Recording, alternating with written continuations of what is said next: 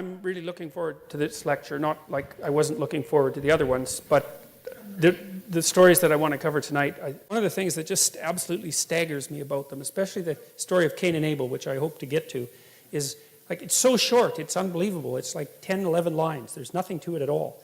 And I've found that it's essentially inexhaustible in its capacity to reveal meaning. And I don't exactly know what to make of that. I mean, I think, because I said I was going to take as rational an approach to this issue as I possibly could. I think it has something to do with this intense process of condensation across very long periods of time. That's the simplest explanation. But I'll tell you, the information in there is so densely packed that it really is, it's not that easy to come up with an explanation for that. Not one that I find fully compelling.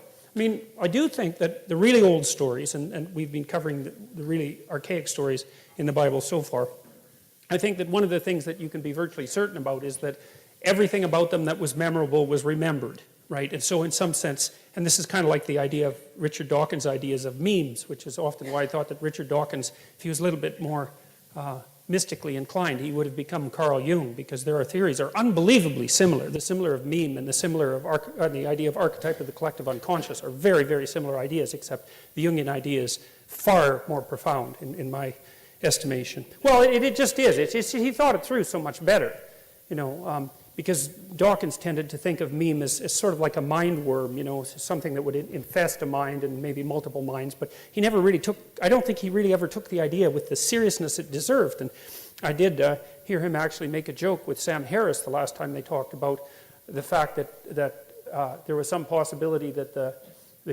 production of memes, say religious memes, could alter evolutionary history, and they both avoided that topic instantly. They had a big laugh about it and then decided they weren't going to go down that road, and so that was quite interesting to me. But the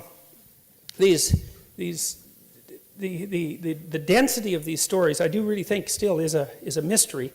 It certainly has something to do with their absolute their impossibility to be forgotten. And that's actually something that could be tested empirically. I don't know if anybody has ever done that, because you could tell naive people two stories even equal length, right? One that had an archetypal theme and the other that didn't, and then wait 3 months and see which ones people remembered better. It'd be a relatively straightforward thing to test.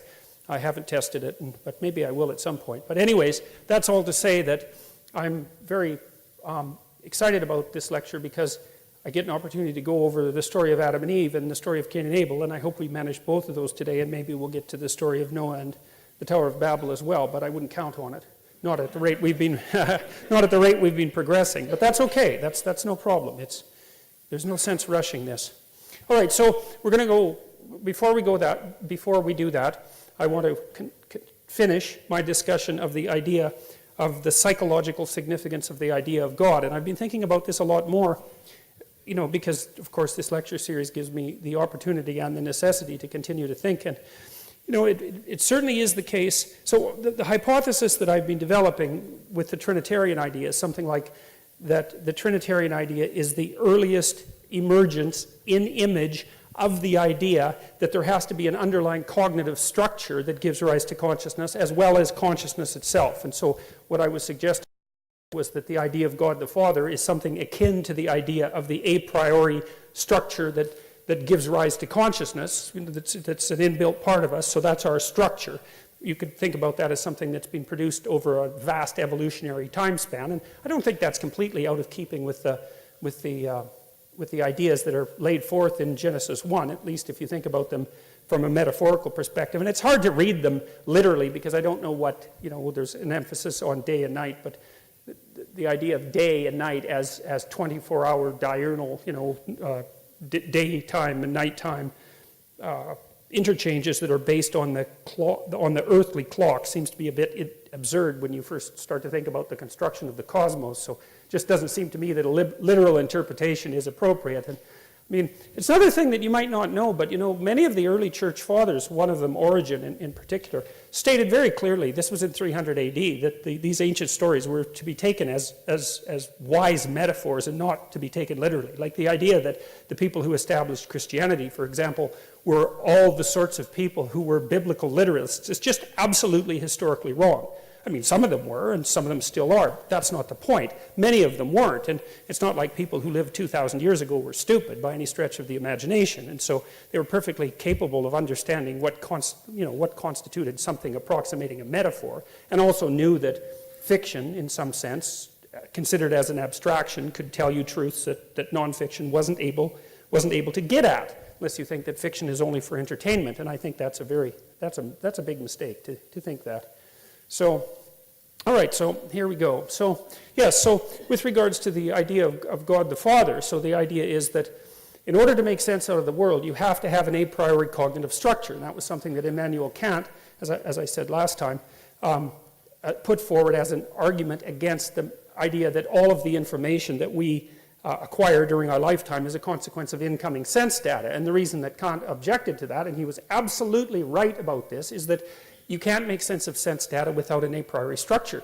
You can't extract from sense data the structure that enables you to make sense of sense data. It's not possible. And that's really been demonstrated, I would say, beyond a shadow of a doubt, since the 1960s. And the best demonstration of that was actually the initial failure of artificial intelligence. Because when the AI people started promising that we would have fully functional and autonomous robots and artificial intelligence back in the 1960s, what they didn't understand and what stalled them terribly until about the early 1990s was that it was almost that the problem of perception was a much deeper problem than anybody ever recognized. Because like when you look out at the world, you just see, well, look, there's objects out there. And by the way, you don't see objects. You see tools, just so you know. In the neurobiology, that's quite clear. You don't see objects and infer utility. You see useful things and infer object. So it's actually the reverse of what people generally think. But the point is that regardless of whether you see objects or useful things, when you look at the world, you just see it. And you think, well, seeing is easy because there the things are. And all you have to do is turn your head and they appear. And that's just so wrong that it's almost impossible to overstate. Like the problem of perception is staggeringly difficult. And one of the primary reasons that we still don't really have autonomous robots, although we're a lot closer to it than we were in the 1960s, is because it turned out that you actually have to have a body. You have to have a body before you can think. And even more importantly, you have to have a body before you can see, because the act of seeing is actually the act of mapping the patterns of the world onto the patterns of the body. It's not things are out there, you see them, then you think about them, then you evaluate them, then you decide to act on them, and then you act. I mean, that you could call that a folk idea of psychological processing or perception. It's not, that is not how it works. Like your eyes, for example, map, one of the things they do is map right onto your spinal cord, for example. They map right onto your emotional system. So it's actually possible, for example, for people to be blind and still be able to detect facial expressions, which is to say you can, for someone who's cortically blind, so they've had their visual cortex destroyed often by a stroke, they'll tell you that they can't see anything. But they can guess which hand you put up if you ask them to. And if you flash them pictures of angry or fearful faces, they show skin conductance responses to the more emotion-laden faces. And it's because, imagine that the world is made out of patterns, which it is. And then imagine that those patterns are transmitted to you electromagnetically, that through light. And then imagine that the pattern is duplicated on the retina. And then that pattern is propagated along the optic nerve. And then the pattern is distributed throughout your brain. And some of that pattern makes up what you call conscious vision, but other parts of it just activate your body. And so, for example, when I look at this, whatever it is, bottle, that's the word. When I look at it, especially with intent in mind, as soon as I look at it, the pattern of the bottle activates the gripping mechanism of my hand, and part of the action of the act of perception is to adjust my bodily posture, including my hand grip, to be of the optimal size to pick that up. And it's not that I see the bottle and then think about how to move my hand. That's too slow. It's that I use my motor cortex to perceive the bottle, and that's actually somewhat independent of actually seeing the bottle as a conscious experience. So, anyways, the reason that I'm telling you that all of that, and there's much more about that can be told. Rodney Brooks, he's someone to know about. He's a robotics engineer who worked in the 1990s, and he invented the Roomba, among many other things. So he's a real genius, that guy. And Brooks was one of the first people to really point out that to be able to have a machine that perceived well enough to work in the world, that you had to give it a body, and that the perception would actually be built from the body up rather than from the abstract cognitive perceptions down. And so, well, and that turned out to be the case. And Brooks built all sorts of weird little machines in the 1990s that didn't even really have any central brain, but they could do things like run away from light. And so they could perceive light, but their perception was the act of running away from light. And so perception is very, very, very tightly tied to action in ways that people don't normally perceive. Anyways, that's all to say that you cannot perceive the world without being embodied. And, you're embodied in a manner that's taken you roughly 3.5 billion years to pull off, right? There's been a lot of death as a prerequisite to the embodied form that you take. And so it's taken all that trial and error to produce something like you that can interact with the complexity of the world well enough to last the relatively paltry 80 or so years that you can last. And so I think about that as, and this may be wrong, but I think it's a useful, at least it's a useful hypothesis. I think the idea of God the Father is something like the birth of the idea that there has to be an internal structure that out of which consciousness itself arises that gives form to things. And well, and if that's the case, and perhaps it's not, but if it's the case, it's certainly it's a reflection of the kind of factual truth that I've been describing now. And then, like I also mentioned, that I kind of see the idea of both the Holy Spirit and also of Christ, and most specifically of Christ in the form of the Word, as the active consciousness that structure produces and uses, not only to formulate the world, because we formulate the world, at least the world that we experience we formulate, but also to change and modify that world, because there's absolutely no doubt that we do that, partly with our bodies, which are optimally evolved to do that, which is why we have hands, unlike dolphins that have very large brains like us, but can't really change the world. We're really adapted and evolved to change the world, and our speech is really an extension of our ability to use our hands. So the speech systems that we use are, very well-developed motor, very well-developed motor skill, and generally speaking, your dominant linguistic hemisphere is the same as your dominant hand, and people talk with their hands, like me, as you may have noticed, and we use sign language, and there's a tight relationship between the use of the hand and the use of language, and that's partly because language is a productive force, and the hand is part of what changes the world. And so all those things are tied together in a very, very complex way with this a priori structure and also with the embodied structure. And I also think that's part of the reason why classical Christianity puts such an emphasis not only on the divinity of the spirit, but also on the divinity of the body, which is a harder thing to grapple with. It's easier for people to think, if you think in religious terms at all, that you have some sort of transcendent spirit that's somehow detached from the body that might have some life after death, something like that. But the Christianity in particular really insists on the divinity of the body.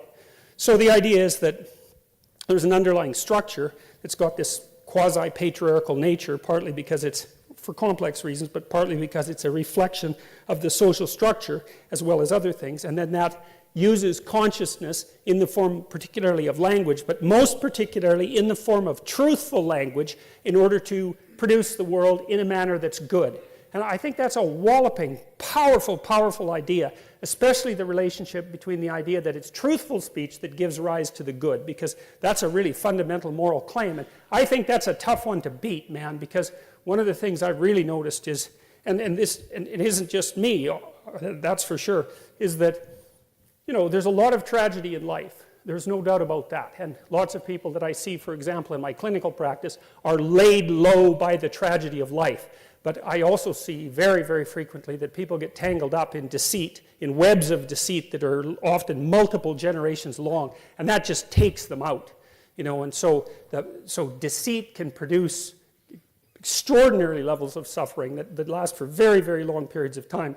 And that's really a clinical truism, because Freud, of course, identified one of the problems that contributed to the suffering we might associate with mental illness, with repression, which is kind of like a lie of omission. That's a perfectly reasonable way to think about it. And Jung stated straight out that there was no difference between the psychotherapeutic, the curative psychotherapeutic effort, and supreme moral effort, including truth. Those were the same thing as far as he was concerned. And Carl Rogers, another great clinician who was at one point a Christian missionary before he became more strictly scientific, he believed that it was in truthful dialogue that clinical transformation took place, and and of course one of the prerequisites for genuine transformation in the clinical setting is that the therapist tells the truth and the client tells the truth, because otherwise how in the world do you know what's going on? How can you solve a problem when you don't even know what the problem is? And you don't know what the problem is unless the person tells you the truth. That's something really to think about in light of your own relationships, because if you don't tell the people around you the truth, then they don't know who you are. And maybe that's a good thing, because, well, seriously, people have reasons to lie, right? I mean, that aren't trivial. But it's really worth knowing that you can't even get your hands on the problem unless you formulate it truthfully. And if you can't get your hands on the problem, the probability that you're going to solve it is just so low. And so then I've been thinking about, as well, this idea has become more credible to me the longer I've developed it, the longer I've thought about it. The idea that there's, I'll go back. It's partly the idea that, well, let me figure out how to start this properly.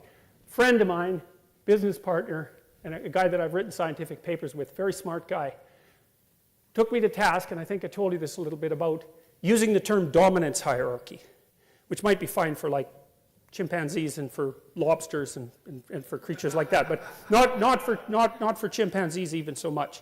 And he said something very interesting. He thought that the idea of dominance hierarchy was actually a projection of a early 20th century quasi-Marxist hypothesis onto the animal kingdom that was being observed, and the notion that the hierarchical structure that you see that characterizes, say, mating hierarchies in chimps, for example, the idea that that was predicated on power was actually a projection of a kind of political ideology. And I thought, that really bugged me for a long time when he said that, because I'd really been used to using the term dominance hierarchy, and I thought, he told me all that, and I thought, that's so annoying. It's so annoying, because it might be right, and it took me months to think about it. And then I was also reading Frans de Waal at the same time, and he's a primatologist, and also Jack Panksepp, who's a brilliant affective neuroscientist who unfortunately just died. He wrote a great book called Affective Neuroscience, and for rats to play, they have to play fair or they won't play with each other. And that's a staggering discovery, right? Because anything that helps instantiate the emergence of ethical behavior in animals and that associates it with an evolutionary process, which is essentially what Panksepp was doing, gives credence to the notion that the ethics that guide us are not mere sociological epiphenomenal constructs. They're deeply rooted. If rats, and they're rats for God's sake, you can't trust them, and they still play fair, And de Waal noticed that the chimp troops that he studied, it wasn't the barbaric chimp that ruled with an iron fist that was the successful ruler, because he kept getting torn to shreds by the compatriots that he ignored and stomped on. As soon as he showed some weakness, they'd just tear him into pieces. The chimp leaders that were stable, that had a stable kingdom, let's say, were very reciprocal in terms of their interactions with their friends, and chimps have friends, and they actually last for a very long time, chimp friendships, and they were also very reciprocal in their interactions with the females and with the infants. And I thought, Frans de Waal is a very smart guy. And I thought that was also foundational science, because it's really something to note that the attributes that give rise to dominance in a male dominance hierarchy, sorry to use that word, let's call it authority, that might be better, or even shudder competence, which I think is a better way of thinking about it, is that that's not predicated purely on anything that's as simple as brute power. And I think, too, I think as well that the idea, and this is a deeply devious and dangerous political idea in my estimation, the idea that male hierarchies are fundamentally predicated on power in a law-abiding society, I think all you have to do is think about that for like a month, say, which isn't that long, to understand how absurd that is, because most people who are in positions of authority, let's say, are just as hemmed in by ethical responsibility, or even more so, than people at the other levels of the hierarchy. And we know this even in the managerial literature, because we know, generally speaking, that managers are more stressed by their subordinates than the subordinates are stressed by their managers. And that's not surprising. You want to be responsible for like 200 people? You really want that? That's hard work, man. And I mean, I know it's a pain to have a boss because you have to care about what the boss thinks. And maybe the person is arbitrary, in which case they're not going to be particularly successful. But it's no joke to be responsible for 200 people. And you have to behave very carefully when you're in a position of responsibility and authority like that, because you will get called out if you make mistakes constantly. So it's not like because you have a position that's higher up in the hierarchy that you're less constrained by ethical necessity. Now, if you're a psychopath, well, that's a whole different story. But psychopaths have to move pretty rapidly from hierarchy to hierarchy, right? Because they get found out quite quickly. And as soon as their reputation is shattered, then they can't get away with their shenanigans anymore.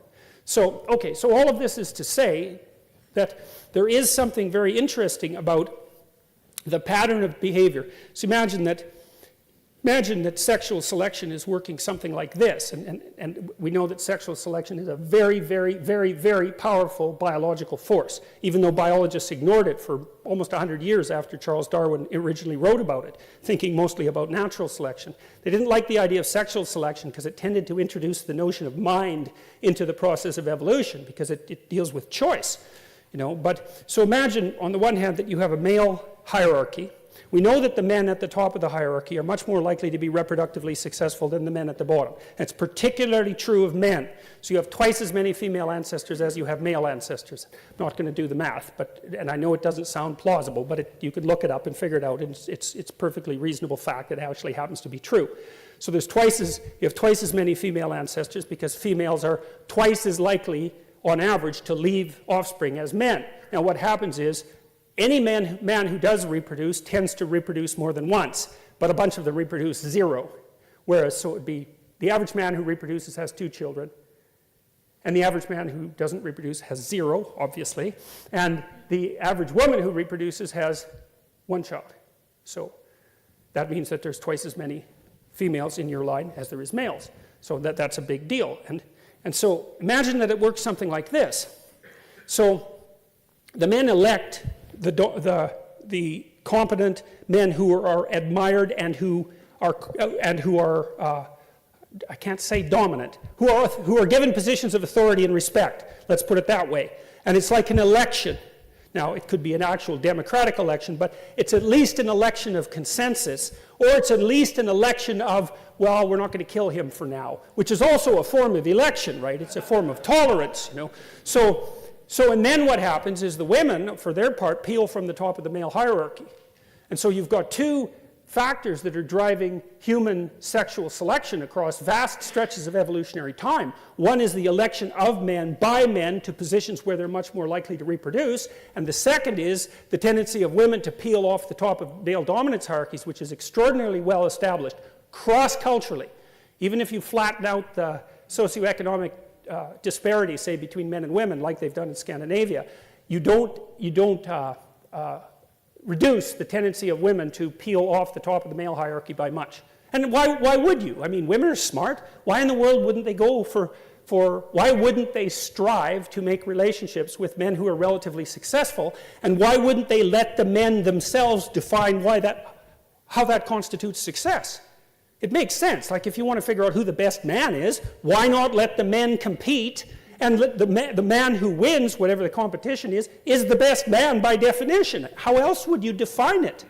So, okay, so why am I telling you all that? Well, the reason is because it seems to me that there's been this complex interplay across human evolution between the election of the male dominance hierarchy and sexual success. And that's a big deal if it's true. It could be, because what would happen, you see, is that as men evolved, they would evolve to be better and better at climbing up the male hierarchy, because the ones who weren't good at that wouldn't reproduce. So obviously that's going to happen. But then it wouldn't just be a hierarchy, because there's a whole bunch of different hierarchies. And so then you might say, well, are there commonalities across hierarchies? That's a reasonable thing to propose. I mean, they're not completely opposed to one another, at least. If you're relatively more successful in one hierarchy, then it's more probable that you'll be successful in another. And that's actually a really good definition of general intelligence, or IQ, and that's actually one of the things that women select men for. Now, men also select women for that, but the selection pressure is even higher from women to men. And general IQ is one of the things that propels you up across dominance hierarchies because it's a general problem-solving mechanism. And the other thing that seems to do that to some degree is conscientiousness. And there's also some evidence that women prefer conscientious men. So, and of course, why wouldn't they? Because you can trust them, and they work, and so those are both good things. So then you think, okay, so men have adapted to start to climb the male dominance hierarchy, but it's the set of all possible hierarchies that they're adapted to climb. And so then you think there's a set of attributes that can be acted out and that can be embodied that will increase the probability that you're going to rise to the top of any given hierarchy. And then you could say, well, that as you adapt to that fact, then you start to develop an understanding of what that pattern constitutes. And so that starts to become the abstract representation of something like multidimensional competence. And that's like the abstraction of virtue itself. Well, and none of that's arbitrary, man. That's as bloody well grounded in biology as anything could be. And I think that's a really hard argument to refute.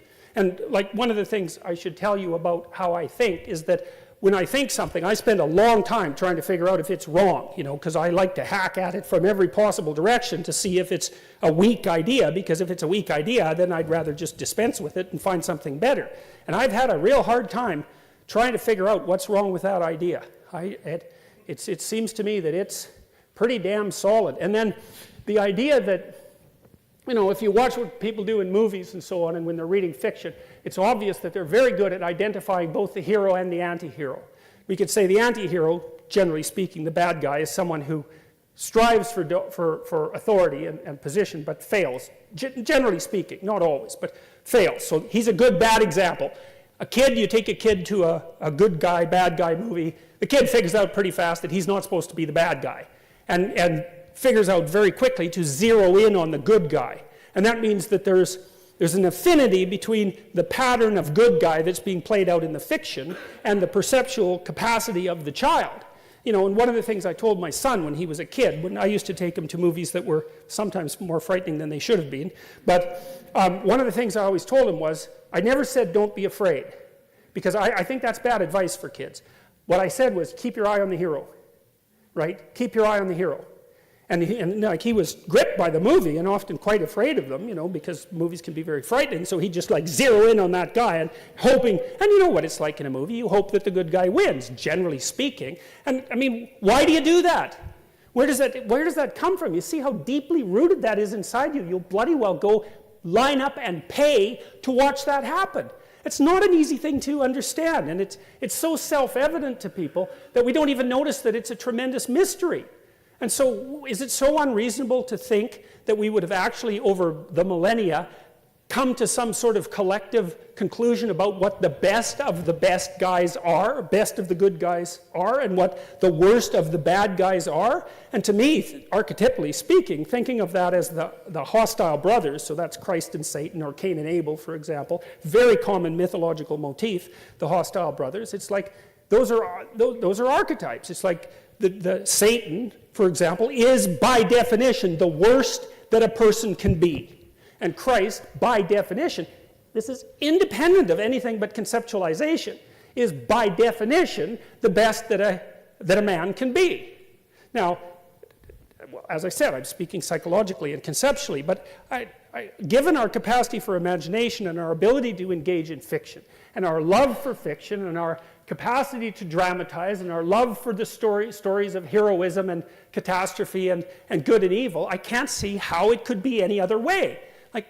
So that's part of the idea that's driving the notion of the evolution of the idea of God, and even more specifically, driving the evolution of the idea, at least in part, of the Trinity.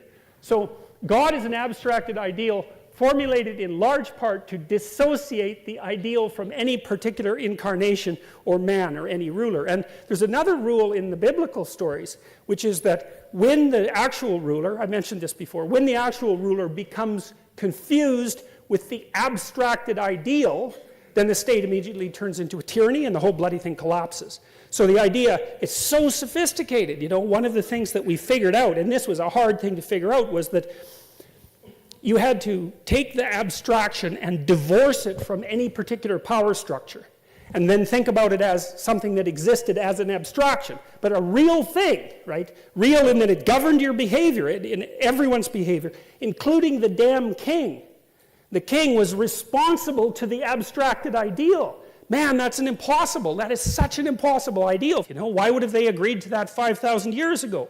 But one of the things you see continually happening in the Old Testament is that as soon as the Israelite, for example, the Israelite kings become almighty, the real God comes along and just cuts them into pieces, and then the whole bloody state falls apart for like hundreds of years. It's like, I think that's a lesson that we have not thoroughly, consciously yet learned. It's still implicit in the narratives. We still haven't figured out why that's the case.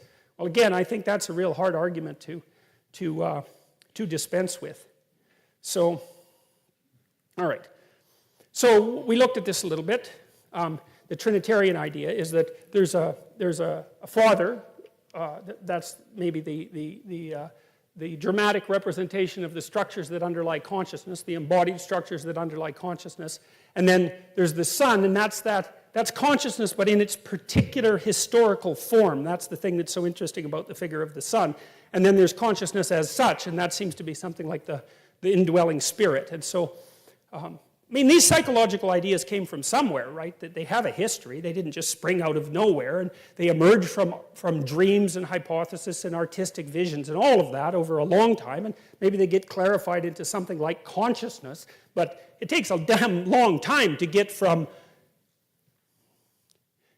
watching, you know, from two chimpanzees watching each other to a human being saying, well, we all exhibit this faculty called consciousness. I mean, man, that's a long journey, you know, that's a really long journey, and there's going to be plenty of stages in between.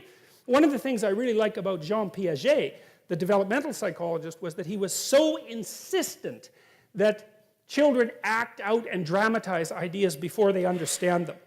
And Merlin Donald, who was a psychologist at Queen's University, wrote a couple of interesting books along those lines as well, looking at the importance of imitation for the development of higher cognition in human beings. And so the notion that we embody ideas before we abstract them out and then represent them in an articulated way, I think is an extraordinarily solid idea. And I really can't see how it could be any other way. And if you watch children, you see that. Like, think about what a child is doing when he plays house, or she plays house. You know, the child acts out the father or the mother. But what's so interesting about it, and you think, well, look, isn't that cute? She's imitating her mother. It's like, no, she's not. That's not what happens. Because when your child imitates you, it's very annoying. Because you move your arm, and then they move their arm, and you know, you move your head. They copy you. No one likes that. It's direct imitation. That's not what a child's doing when the child is playing. What the child is doing is watching the mother over multiple instantiations, and then extracting out the spirit called mother. And that's whatever is mother-like across all those multiple manifestations, and then laying out that pattern internally and manifesting itself in an abstract world. It's so sophisticated. It's just, that's what you're doing when you're playing house or having a tea party or taking care of a doll. It's not like you've seen your mother take care of a doll. You haven't seen that. It's that you're smart enough to pull out the abstraction and then embody it. And certainly the child is attempting to strive towards an ideal at that point. You know, she's not lighting her doll on fire, you know, or it's, well, with, you know, certain exceptions, but generally ones that we try to not encourage, right? So you see that capacity in children, and it's something we also know, that if children don't engage in that sort of dramatic and pretend play to a tremendous degree, that they don't get properly socialized. It's really a critical element of developing self-understanding, and then also developing the capability of being with others, because what you do when you're a child, especially around the age of 4, is you jointly construct a shared fictional world. We'll play house together, let's say, and then you act out your joint roles within that shared fictional world, you know, and that's a form of a very advanced cognition. It's very sophisticated. And I see that, and Piaget did as well, and so did Jung, and so did Freud, these brilliant observers, and also Merlin Donald, these brilliant observers of the manner in which cognition came to be. They noted very clearly that embodied imitation and dramatic abstraction constituted the ground out of which higher abstract cognition emerged.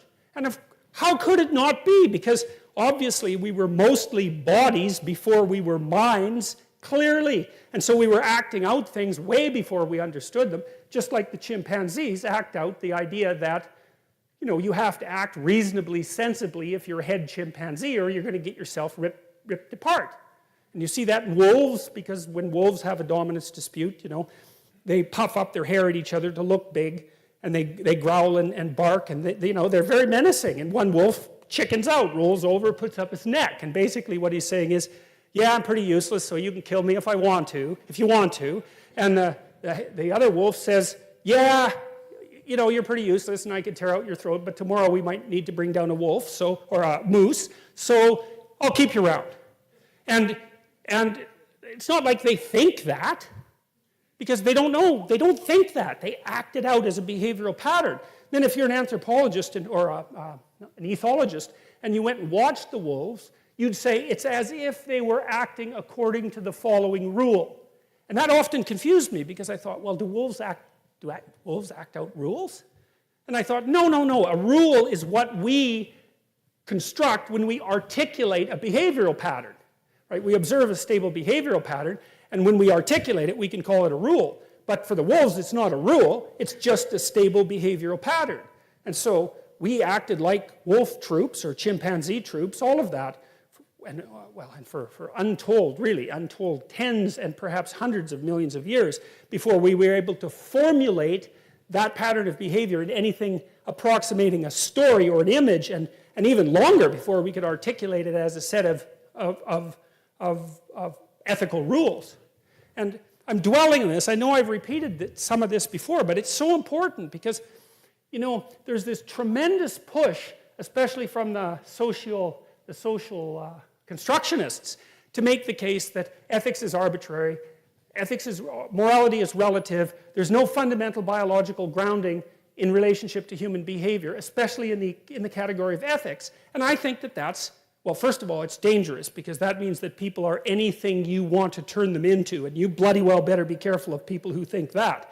And second, I just think that the evidence that that's wrong is so overwhelming that we should just stop thinking that way. I mean, and that's partly why I'm also attacking this from an evolutionary perspective. There's lots of converging lines of evidence that ethical standards of at least of the most crucial sort not only evolve, but also spontaneously reemerge, for example, in the dramatic play of children.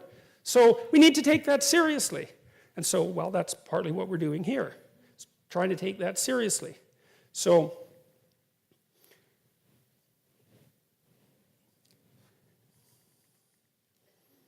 okay, so the idea there, at least in part, was that the Father employed the Son to generate habitable order out of chaos. I also think there might be something more proximally true about that as well, too, because one of the things we do know, here's something that's cool about men.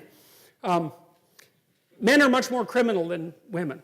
And that, by the way, that does not look like it's sociocultural, partly because it peaks when testosterone kicks in around 14, like it just spikes the hell up, and then it stays pretty high until about 27. And so standard penological theory, for those of you who don't know this, is that if you have a repeat offender, you know, a guy, he just won't stop getting in trouble, you just throw him in prison until he's 28. And it isn't like you're rehabilitating him or anything. It's like by 28, he's done with his criminal career, because the crime curve peaks at 15 and then falls down around 27 or so, it burns out. And that's often, by the way, that's often when men get married and settle down and stabilize. One of the things that's cool about that is the creativity curve for men is almost exactly the same thing. It ramps up when testosterone kicks in, and then it starts to flatten out around 27. The curves match very, very closely. So that's quite cool. It's the creativity element of it that I'm particularly interested in, because their creativity is, in many ways, an attribute of youth. And that's, look, I mean, if you looked at that sentence and you stripped it of its religious context, what you would say is that, well, the older people use the younger people to generate creative ideas and renew the world. It's like, yeah, that's what happens. And we also have no idea how many of the things that we discovered or invented as human beings were stumbled across by children and adolescents. Because they're much more exploratory. They're less constrained by their already extant knowledge structures, and they're less conservative. So, yeah, that seems just right to me. So, and right in an extraordinarily important way. Because it also means that if you're an actual father, one of the things that it means is that that's part of what you should be encouraging your son to do, right? Which is because the role of a father is to encourage. That is clearly the role. And to encourage is to say, well, go out there, confront the chaos of the unknown and the chaos that underlies everything, and grapple with it, because you can do it. You're as big as the chaos itself, and do something useful as a consequence, and make your life better and make everyone else's life better, and you can do it. And man, that's the right thing to tell. That's the right thing to tell young men. And now, talking to young women is more complicated because they have more, let's say, issues to deal with because their lives are more complicated in some ways. But that's definitely the right thing to be telling your son. And one of the things that I've really noticed recently since I've been lecturing, especially in the last 7 or 8 months, most of my audience has been young men, and I've talked a lot to them about both truth and responsibility. And I think that those are the two things that underlie this capacity. And there seems to me to be a tremendous hunger for that idea. It's not the same idea as rights, It's a very different idea. It's the counterpart to rights. And so it's, life is hard, it's chaotic, it's difficult, it's really definitely a challenge. And so you can either shrink from that, and no bloody wonder, because it's going to kill you. It's no joke, man. Or you can forthrightly confront it and try to do something about it. Well, what's better? And then you say to the person, look, man, you could do it. Like, that's what a human being is like. And if you just stood up and got yourself together, and you'd find out by trying that you can in fact do that. And I do think that that's a great core religious message as far as I can tell, and I think that's deeply embedded in this sort of idea. So, all right, so this is what I've been telling you. This is something like how knowledge itself is generated. First of all, there's the unknown as such, and that's really what you don't know anything about. And generally, when you encounter that, you don't encounter it with thought. You encounter it like this, right? And that's the first representation of the absolutely unknown. It's something that is beyond your comprehension, and it's terrifying. And because it's beyond your comprehension, you cannot perceive it, you cannot understand it, but you still have to deal with it. And the way you deal with it is that you freeze. That's what a basilisk does, say, to the kids in Harry Potter, right? They take a look at it and they freeze.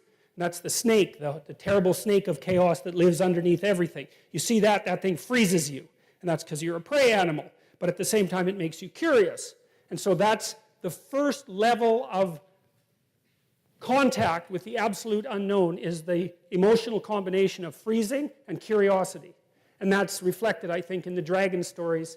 The dragon is the terrible thing that lives underground that hoards gold or hoards virgins. Very, very strange behavior for a reptile, as we pointed out before. But the idea is that it's a symbolic representation of the predatory quality of the unknown combined with the capacity of the unknown to generate nothing but novel information. And you can see that as very characteristic of human beings, because we are prey animals. But we're also unbelievably exploratory, and we're pretty damn good predators. And we occupy this weird cognitive niche. And so one of the things we've learned is that if we forthrightly confront the unknown, terrifying as it is, there's a massive prize to be gained continually. And so that seems to be true, right? As true as anything is. And then I would also say that idea, now we know that one of the metaphors that underlies God's extraction of habitable order out of chaos at the beginning of time is an older idea, and a more archaic idea, that God confronted something like the Leviathan. That's one of the words for this serpent-like chaos creature that's often used in the Old Testament, or there's the Leviathan and the Behemoth. Yeah, that's the other thing. And so there's this idea that I think probably came from the Mesopotamians, that God, either in the son-like aspect or in the father-like aspect, is the thing that confronts this terrible beast that represents the chaotic unknown and cuts it into pieces, and then sometimes gives the body parts to the populace in order to feed them. So you can see a hunting metaphor there as well, but it's deeper than that. And so, all right, so the first thing is that there's the absolute unknown, and the unknown is what you do not understand. It's what's beyond the campfire. Maybe it's what's beyond the tree, even more anciently, you know, when we lived in trees. It's out there where you don't know. And what's out there? Crocodiles and snakes and birds of prey and cats and all sorts of things, like predatory cats, and they will eat you. But there's utility in going out there to find out what's there. Like maybe you go and you don't kill the snake, you kill the damn nest of snakes. And that makes you pretty popular, just as you should be. And that accelerates your reproductive potential, let's say. And we're descended from people who did that. And so we have this notion about how the world is structured that's deeply embedded in our psyche. Like really, really deeply, way, way down, way below the surface cognition. Way down in the limbic system, in these ancient parts of the brain that are like 60 million years old or 100 million years old or older than that. Ancient, ancient brain structures. And so the first thing we do is we act out our encounter with the unknown world. And we act that out in the same way, in a manner that's analogous to the manner that's presented as a description of what it is that God does at the beginning of time to extract habitable order out of chaos. And I won't tell you about the other part of that for now. So you act it out first. And then the second thing is, you watch people who act it out and you start to make representations of that. That's stories, right? And maybe you admire them. And then after a long time, you collect a bunch of those stories, and then you can say what that is. You can articulate it as a pattern. And this is something Nietzsche also figured out to begin with, you know, because prior to Nietzsche, I would say, he did so many things first. It was quite remarkable. You know, there was an idea that you first think and then you act. And people like to think that, but of course you know it's complete bloody rubbish, because you're as impulsive as you can possibly imagine. You're always doing things before you think, and sometimes that's a really good idea. So the idea that you see things and then think and then act, it's like, yeah, really? No, I'm sorry. I don't do that. No one I know does that, and they certainly don't do that when they're emotional. You know, you act first. And one of the things that Nietzsche said very clearly was that our ideas emerged out of the ground of our action over thousands and thousands of years. And then when philosophers were putting forward those ideas, what they were doing wasn't generating creative ideas. They were just telling the story of humanity. And it's already there. It's already in us. It's already in our patterns of behavior. And it strikes me that that's, well, he was a genius, and that was one of his many, many observations of pure genius. And so you can think about it, you know, you can think about it like this too, is that there's the unknown, and then you act in the face of the unknown, and then you dream about the action. I mean, that's what you're doing in a movie theater. And then you speak about it. And so, you know, and of course, once you speak about it, that affects how you dream, and how you dream affects how you act. It's not like all of the causal direction is one way, because it's not. These things loop. But it's still from the unknown through the body, through the imagination, into articulation. That's the primary mode of the generation of wisdom, let's say. And you can easily map that onto an evolutionary explanation, because the body comes first, right? And then the imagination, which is the body in abstraction, and only then the word. And of course, that's exactly how things did evolve, because we could imagine things long before we could speak. At least that's the theory. So, and I represented it. This is an image from my book, Maps of Meaning. And so the idea is that this is the fundamental representation of the unknown as such. It's half spirit, because it partakes of the air like a bird, and it's half matter, because it's on the ground like a snake. And that's what you think is there when you don't know what is there. That's how your body reacts to what's there when you don't know what is there. You know that too, because if you're alone at night, you know, and maybe you're a little rattled up for one reason or another. Maybe you watched a horror movie and, you know, there's some weird noise in the other room. It's dark, and you could just try this once. It's like, so you're on edge. You think, you want to turn the light on and go in the room and see. Don't do that. Just open the door a little bit and sneak your hand in. And just watch what your imagination fills that room with, right? And then you remember what it's like to be 3 years old in bed and afraid of the dark, right? And I read a good book on dragons recently that had a very interesting hypothesis about them, I thought. One of the things the guy did was track, I can't remember his name, unfortunately, track how common the image of the dragon was worldwide. It's unbelievably widespread. It's crazily widespread. And he thought that this was actually the category of primate predator. And the predator was, so predator is a weird category, right? Because like there's crocodiles in it and there's lions, and they don't have much in common except they eat you. So it's a functional category. And so this is the imagistic representation of the functional category of predator. And his predator theory was, well, if you're a monkey, then a bird would pick you off, like an eagle. And so that's this, right? And then if it wasn't an eagle, it was a cat, because they climb trees and give you good chomping. And then if it wasn't a cat, then you'd go down on the ground and a snake would get you, or maybe a snake would climb up the tree, because snakes like to do that, and get you. And so that's a tree cat snake, basically. Tree cat snake bird. And that's the thing you really want to avoid. You don't want to come across one of those. And then, you know, the other thing it does is breathe fire, which is quite interesting, because obviously fire was both greatest friend and greatest enemy of humanity. And we've mastered fire for a long time. It might be as long as 2 or 3 million years.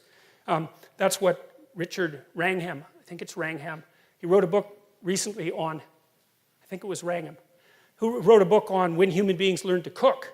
That was about 2 million years ago. And cooking increased the availability of calories. You know how chimpanzees are sort of shaped like a big, like they're ugly. They're shaped like a big bowling ball, you know. They look really fat, and they're short and they're wide, and that's because they have intestinal tracts that are like, you know, 300 miles long. And the reason for that is because they have to digest leaves. And so you go out in the forest and like sit there and eat leaves for a whole day and see how that works out for you, you know.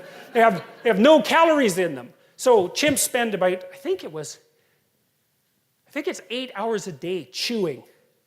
And it's because what they eat has no nutritional value, and then they have to have this tremendous gut in order to extract anything at all out of it. And human beings at some point just thought, oh, to hell with that, we'll cook something. And then we traded our gut for brain, which, you know, more or less has worked, and I think it's made us a lot more attractive as well. So the idea here was that, well, that's the basic archetype of the unknown as such. And then I like the St. George version of this. It's so cool because St. George lives in a castle, and the castle is partly falling down, and it's partly because there's a dragon that's come up to, like it's an eternal dragon, it's come back to give everyone a rough time, which always happens, because the eternal dragon is always giving our fallen down castles a rough time, always. And so then St. George is the hero who goes out to confront the dragon, and he frees the virgin from its grasp. And I would say that's a pretty straightforward story about the sexual attractiveness of the masculine spirit that's willing to forthrightly encounter the unknown. It looks just straight, looks like a straight biological representation to me. And it's a really, really old story, right? It's the oldest written story we have, and that's basically the Mesopotamian creation myth, the Enuma Elish, which basically lays out precisely that story.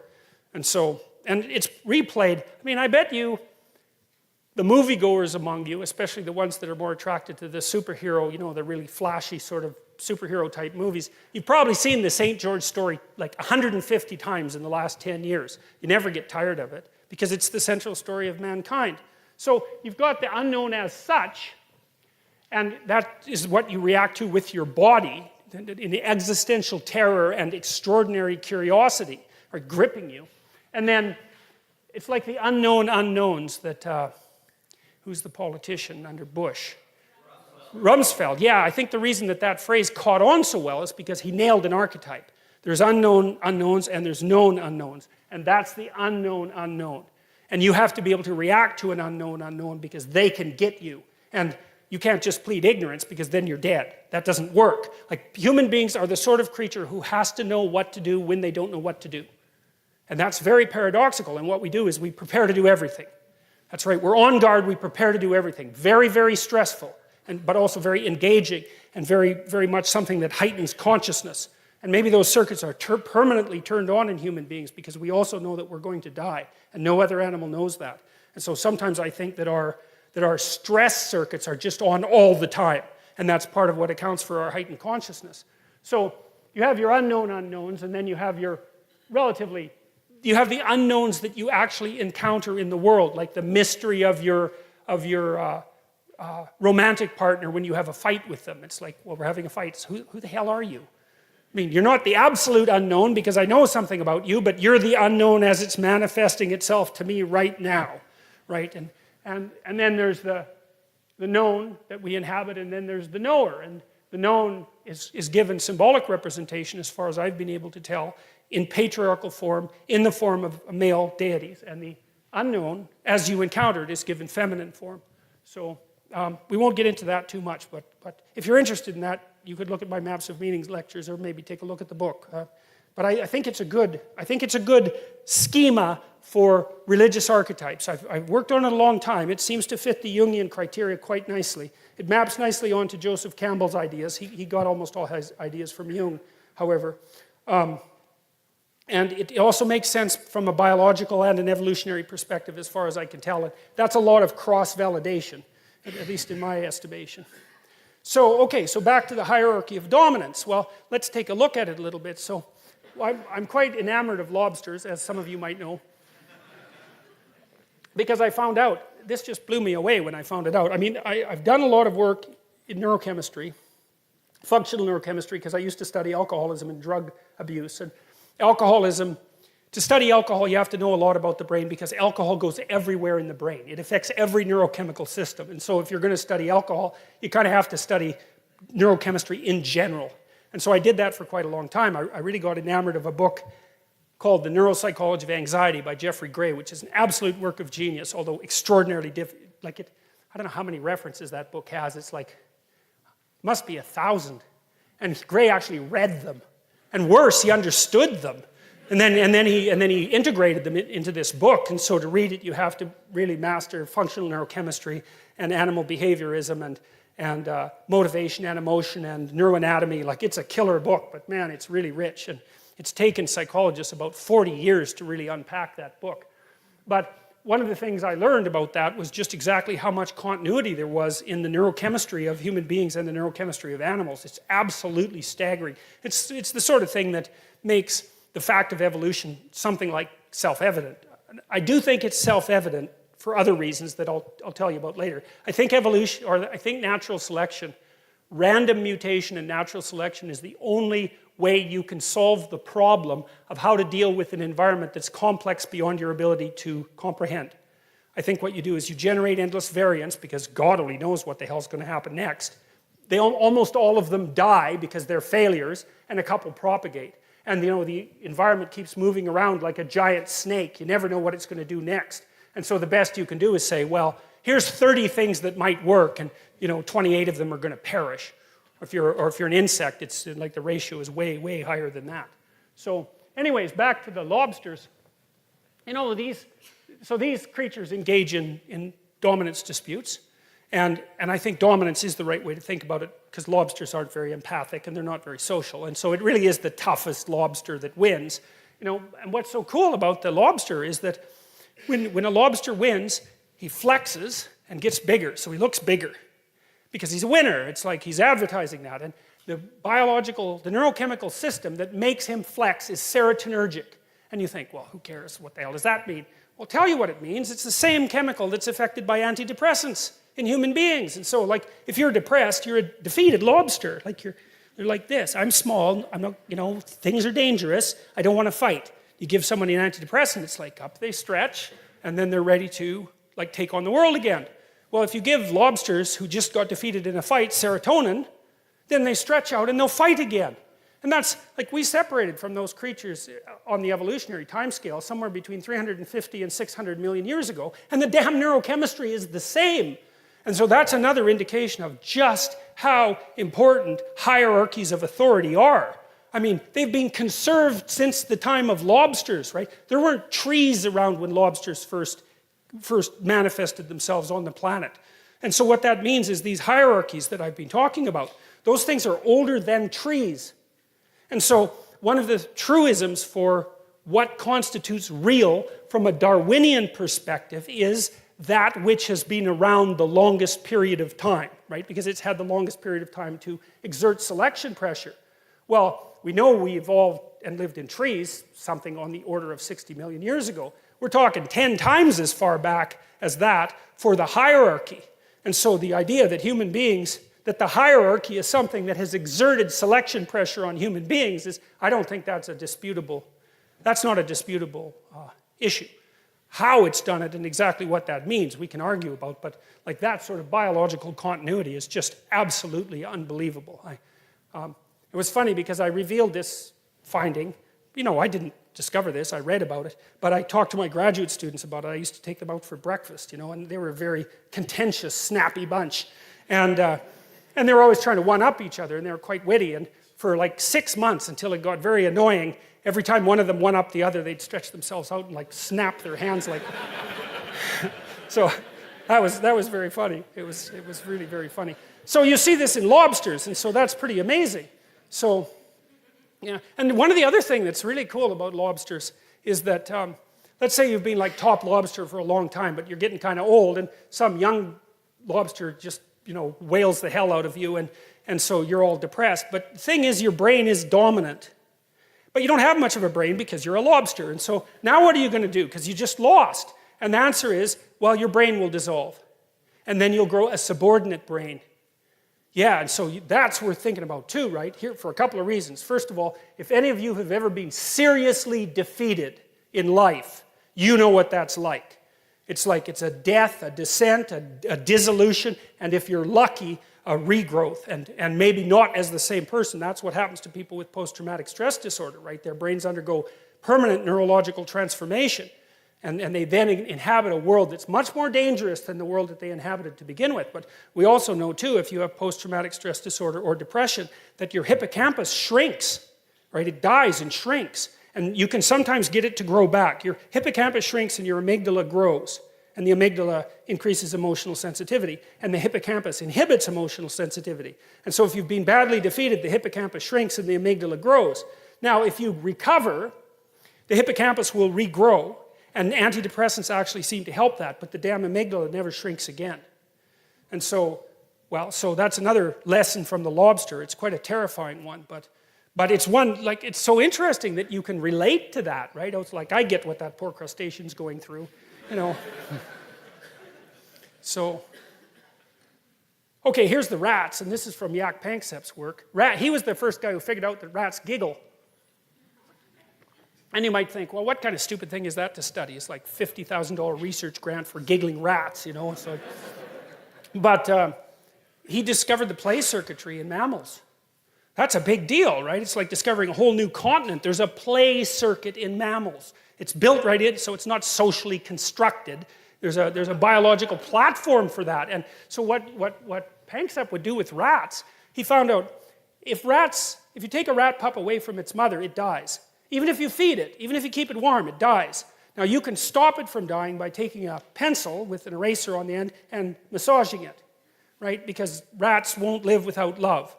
And the same thing happens to human babies. And we saw that in Romania when there was that catastrophe after Ceausescu in the orphanages, where the orphanages were full of unwanted babies because Ceausescu insisted that every Romanian woman was constantly pregnant. So the orphanages stacked up with unwanted babies, and lots of them didn't even have names. And they were warehoused. Warmth, shelter, food. Devastating. Lots of them died. Most of them died before the first year. And the ones that didn't die were permanently dysfunctional, because you have to be touched if you're a human being. It's not an option. You have to be played with. It's not an option. It's part of neurodevelopmental necessity. And you have to also play fair. So, because otherwise you produce a very disjointed child who isn't able to engage in the niceties of social interaction, which is continual play in some sense and reciprocity. So what Panksepp did with his rats, he noticed that male rats, juveniles, really like to wrestle. And they wrestle just like human beings wrestle. They pin each other, for crying out loud. It's like that rat has just lost. He's down for a 10 count, right? And so So what you do is you take juvenile rats and you can find out that they want to play because you can attach a spring to them and then they'll try to run and you can measure how hard they're running by how hard they're pulling on the spring, and then you can estimate how motivated they are. And so you can find out that a nice, well-fed rat who doesn't have anything on his mind will still work hard to play to enter an arena where he's been allowed to play before. He'll work for that. So then you think, well, the rat's motivated. So the two rats go out there and they play, and so they're playing like dogs play, and everyone knows what that looks like. If you have any sense about dogs, they kind of go like this, and kids do that, and maybe you do that with your wife if you're going to play with her a little bit. my poor wife, man, when she had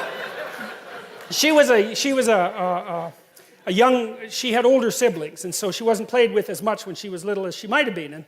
And I used to if you take a pillow, and you go like this 3 times, right? That means look out, a pillow is coming your way. So I'd go 1, 2, 3, whap! And she was completely dismayed at me. It's like, what do you do that for? And I thought, well, I eventually taught her that rule. The other thing I used to do,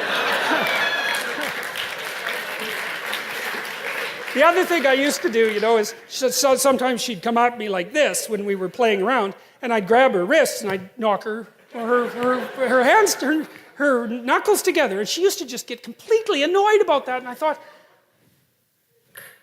right? That's what you do. You just open your hands. Well, she didn't know that either. So she hadn't been played with enough when she was a little rat. And so, anyways,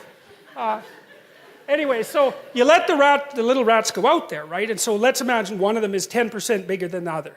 And so the 10% bigger rat wins, because 10% is enough in rat weight to ensure that you're going to be the pinner rather than the pinnee. Okay, so that's fine. So the big rat pins the little rat, and now the big rat is the authority rat. And so then the next time that the rats play, the little rat has to invite the big rat to play. So the big rat's out there being cool, and the little rat pops up and does the whole "will you play with me" thing, and the big rat will deign to play with them. But if you pair them repeatedly, unless the big rat lets the little rat win 30% of the time, the little rat will not invite him to play. And Panksepp discovered that. It's like, I read that just blew me away. It's like, that is so amazing, because you see, well, first of there's an analogy to Piaget's ideas about the emergence of morality out of play in human beings, so that was very cool. But the notion that was built into rats at the level of wrestling was, and they're deeply social animals, right? They have to know how to get along with one another. And most of their authority disputes, dominance disputes, you don't want them to end in bloodshed and combat. Because, if you're rat 1 and I'm rat 2 and we tear each other to shreds in a dominance dispute, rat 3 is just going to move in. It's really not a great strategy. And so it'd be better if we could settle our differences, somewhat peacefully. And so rats, anyways, Panksepp figured out that rats play. And not only that they play fair, and they seem to enjoy it. He also figured out, this was really cool too, that if you give juvenile rats attention deficit disorder drugs, Ritalin, suppresses play. So that's worth thinking about. It's like, well, why do you have to give juvenile human beings amphetamines in school? Well, because they need to play. Well, they don't get to play. They don't get to wrestle around. I mean, that's oppression as far as I can tell. They don't get to wrestle around. That's fine. Feed them some amphetamines, man. That'll shut down the old play circuits. Well, here's the other problem, is Panksepp found out that if you don't let juvenile male rats play, their prefrontal cortexes don't develop properly. Surprise, surprise, you're not letting them mature. It's like, what else would you expect? So, that's something to think about. Really hard, I would say. So there's some wolves going at it. Well, not exactly. There's some wolves having an authority dispute, let's more technically speaking. And a lot of it's posturing, they tend not, well-socialized wolves tend not to hurt each other during authority disputes because, well, for obvious reasons. It's too dangerous. And so they have other ways of demonstrating who should be listened to, authorities. And there's chimps doing that. This particular, now, I think, if I remember correctly, I think it's right. This is a really cool picture because I think this chimps don't like snakes, by the way. So for example, if you take a chimp that's never seen a snake and you show it a snake, it is not happy. It will get the hell away from that snake. If you bring a chimp anesthetized into a room full of chimps, the chimps will all get away from that and then look at the body. They don't like that either. And if you bring a big snake into a chimp cage, even if the chimps have never seen it, like they'll get away from it and then stare at it. And chimps out in the wild, if they see a big snake, they'll stand there and they have a noise that means something like, holy crap, that's a big snake, you know. It actually means that technically, and I'll tell you why in a minute. But they stand away from it, and then they make this noise, which means, oh my God, look at the snake. And then they'll stand there for like 24 hours looking at the snake. And so the snakes are really, they're super stimuli for chimpanzees, so that's pretty interesting. And this chimp seemed to learn how to take this dead snake and go scare other chimps with it, and that was partly how he established his authority. And you know, and well, there's a threat, and like if I was you and I was around that chimp, I would take that threat seriously because those things are no joke, man. And you see the same thing here with I don't remember what kind of monkey that is, but they're engaged in agonistic behavior, and so there has been, by the way, recent research showing that in higher order primates that there is snake detection circuitry that's built into them, right? So it's not learned. It's deeper than that.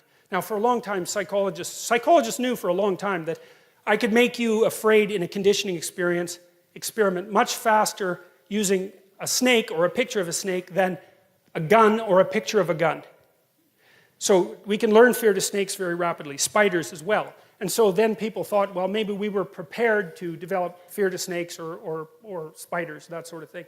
But the more recent research has indicated that it's more than just prepared, is that we have the detection circuitry built right into us.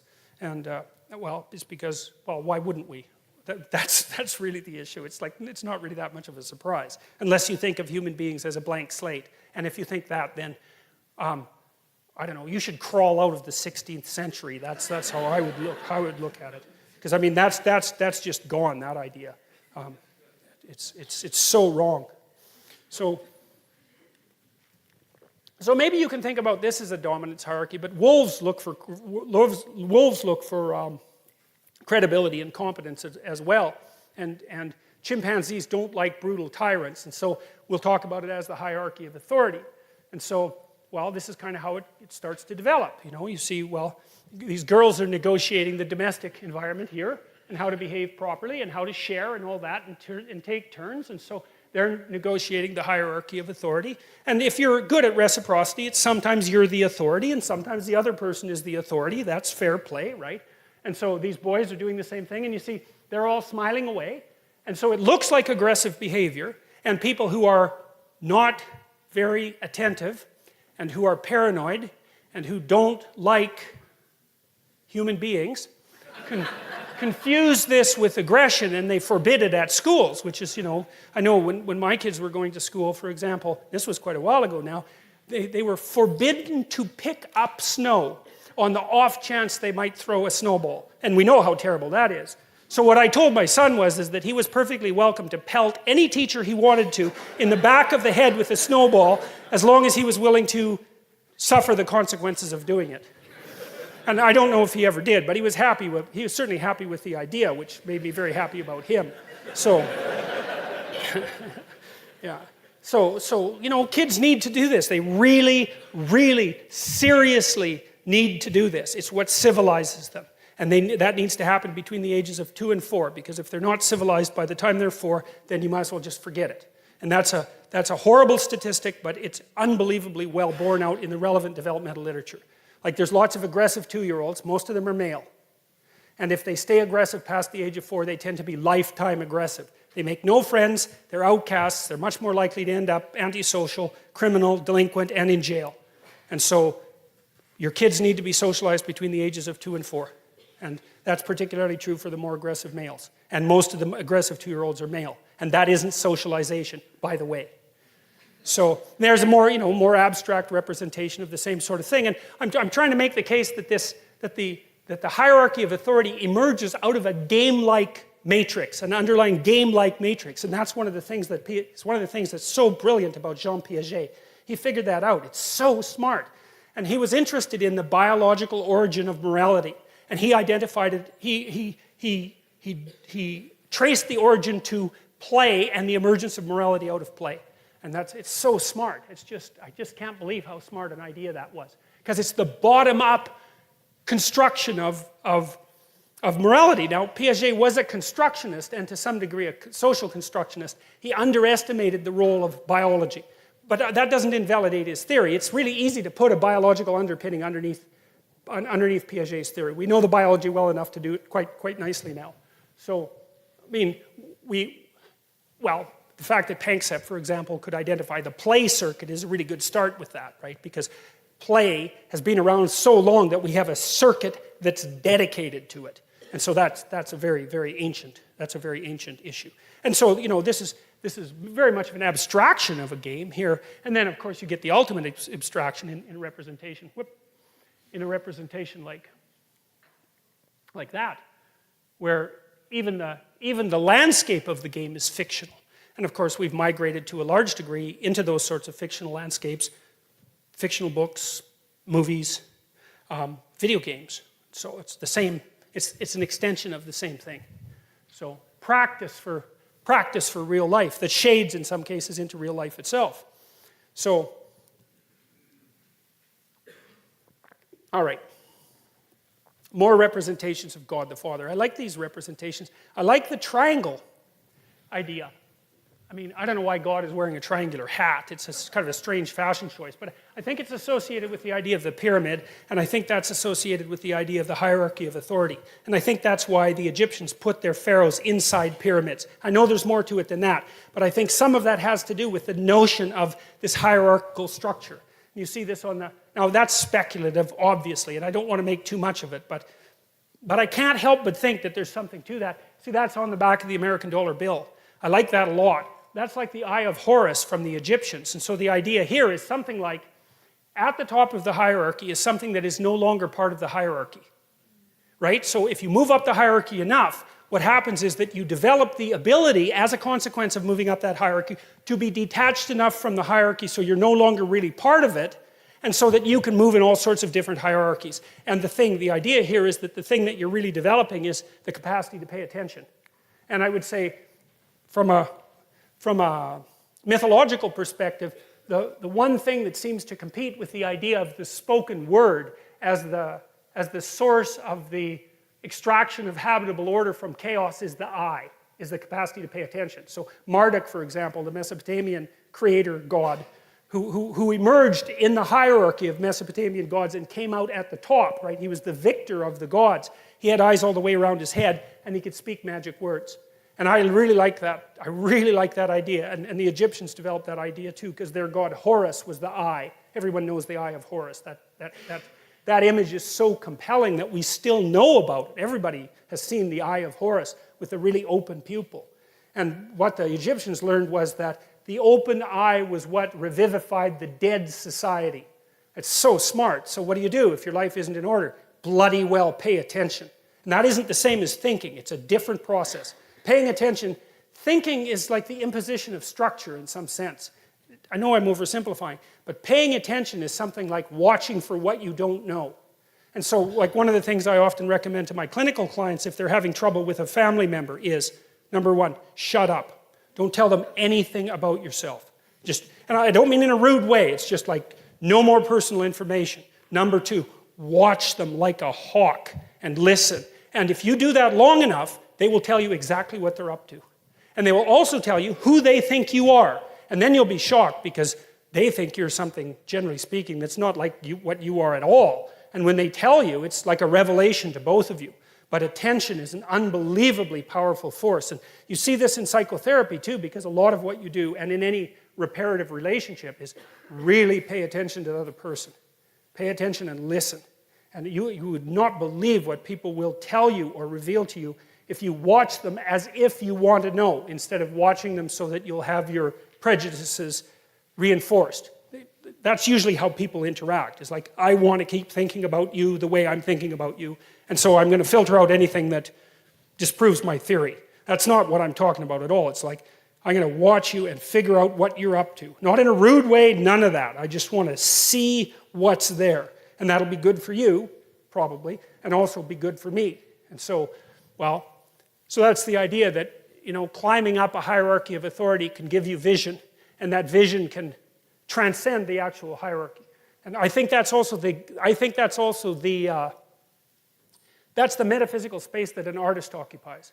Because artists really aren't in a hierarchy, they're outside of hierarchies. You've watched The Lion King, most of you? Yeah. That's Zazu, the little bird that's the eye of the king. That's the same thing there. So, and that's echoed in this idea as well. So well, that's some more ideas of hierarchies, same idea. This is, right, gold, silver, bronze. Why gold? Gold is the sun. Gold is pure, right? And so the idea is that the thing that's at the top of the hierarchy is incorruptible, because gold doesn't mix with anything else, right? It's this sort of metal that doesn't ever become corrupted. It's a noble metal. It doesn't become corrupted. And so it shines like the sun, and it's associated with what's ever at the top of the hierarchy. And the gold medal is a disc, like the sun, and it's awarded to those people who've occupied the top position and who are manifestations of the ideal. And here's I'll tell you a quick story. So imagine that you're watching an Olympic contest. I found this happens to me very often with gymnastics, because the gymnasts are so absolutely unbelievable, So you watch a gymnastic performance, and the person's out there bouncing around like, you can't even imagine doing it. They're so perfect at it. So you see this person, they're going through this routine, they're just absolutely spectacular and flawless at it. At the end they stop and everybody claps, and they're all excited to see what a human being can do, and that's why we're in the audience watching, because we want to see what a human being can do. And the judges go like 9.8, 9.8, 9.8, and everybody's thrilled. And then the next contestant comes out, and it's like, well, they're just basically screwed, right? It's like this person came out there and was perfect. How are you going to top that? That's an interesting question, because this is a representation of what you do to top perfection itself. And you can do it. And here's how you do it. And you know this, even though you don't know, you know it. So let's say the next contestant comes out, and they're kind of shaky because it's like, oh man, the bar's being raised high. So what they do is they put themselves right on the edge of chaos. And you can tell by watching them that they are one bloody fraction of a second from catastrophe. They're pushing themselves farther than they've ever gone in the direction of their perfection. And everyone in the room is so tense they can hardly stand it, right? You can hear a pin drop, and that person is flipping around, and it's just right on the edge of catastrophe. And at the end they go like this, and there's that gesture of triumph that goes along with that. And everybody rises in one instant and just claps like mad. It's like, well, why? What are you doing? What are you doing when you're doing that? Right? You can't even help it. It grabs you right in the core of your being, and you stand up, and it's an act of worship. That's what it is. And you saw someone go beyond their perfection into the domain of chaos and establish order right in front of your eyes. And you're so thrilled about that.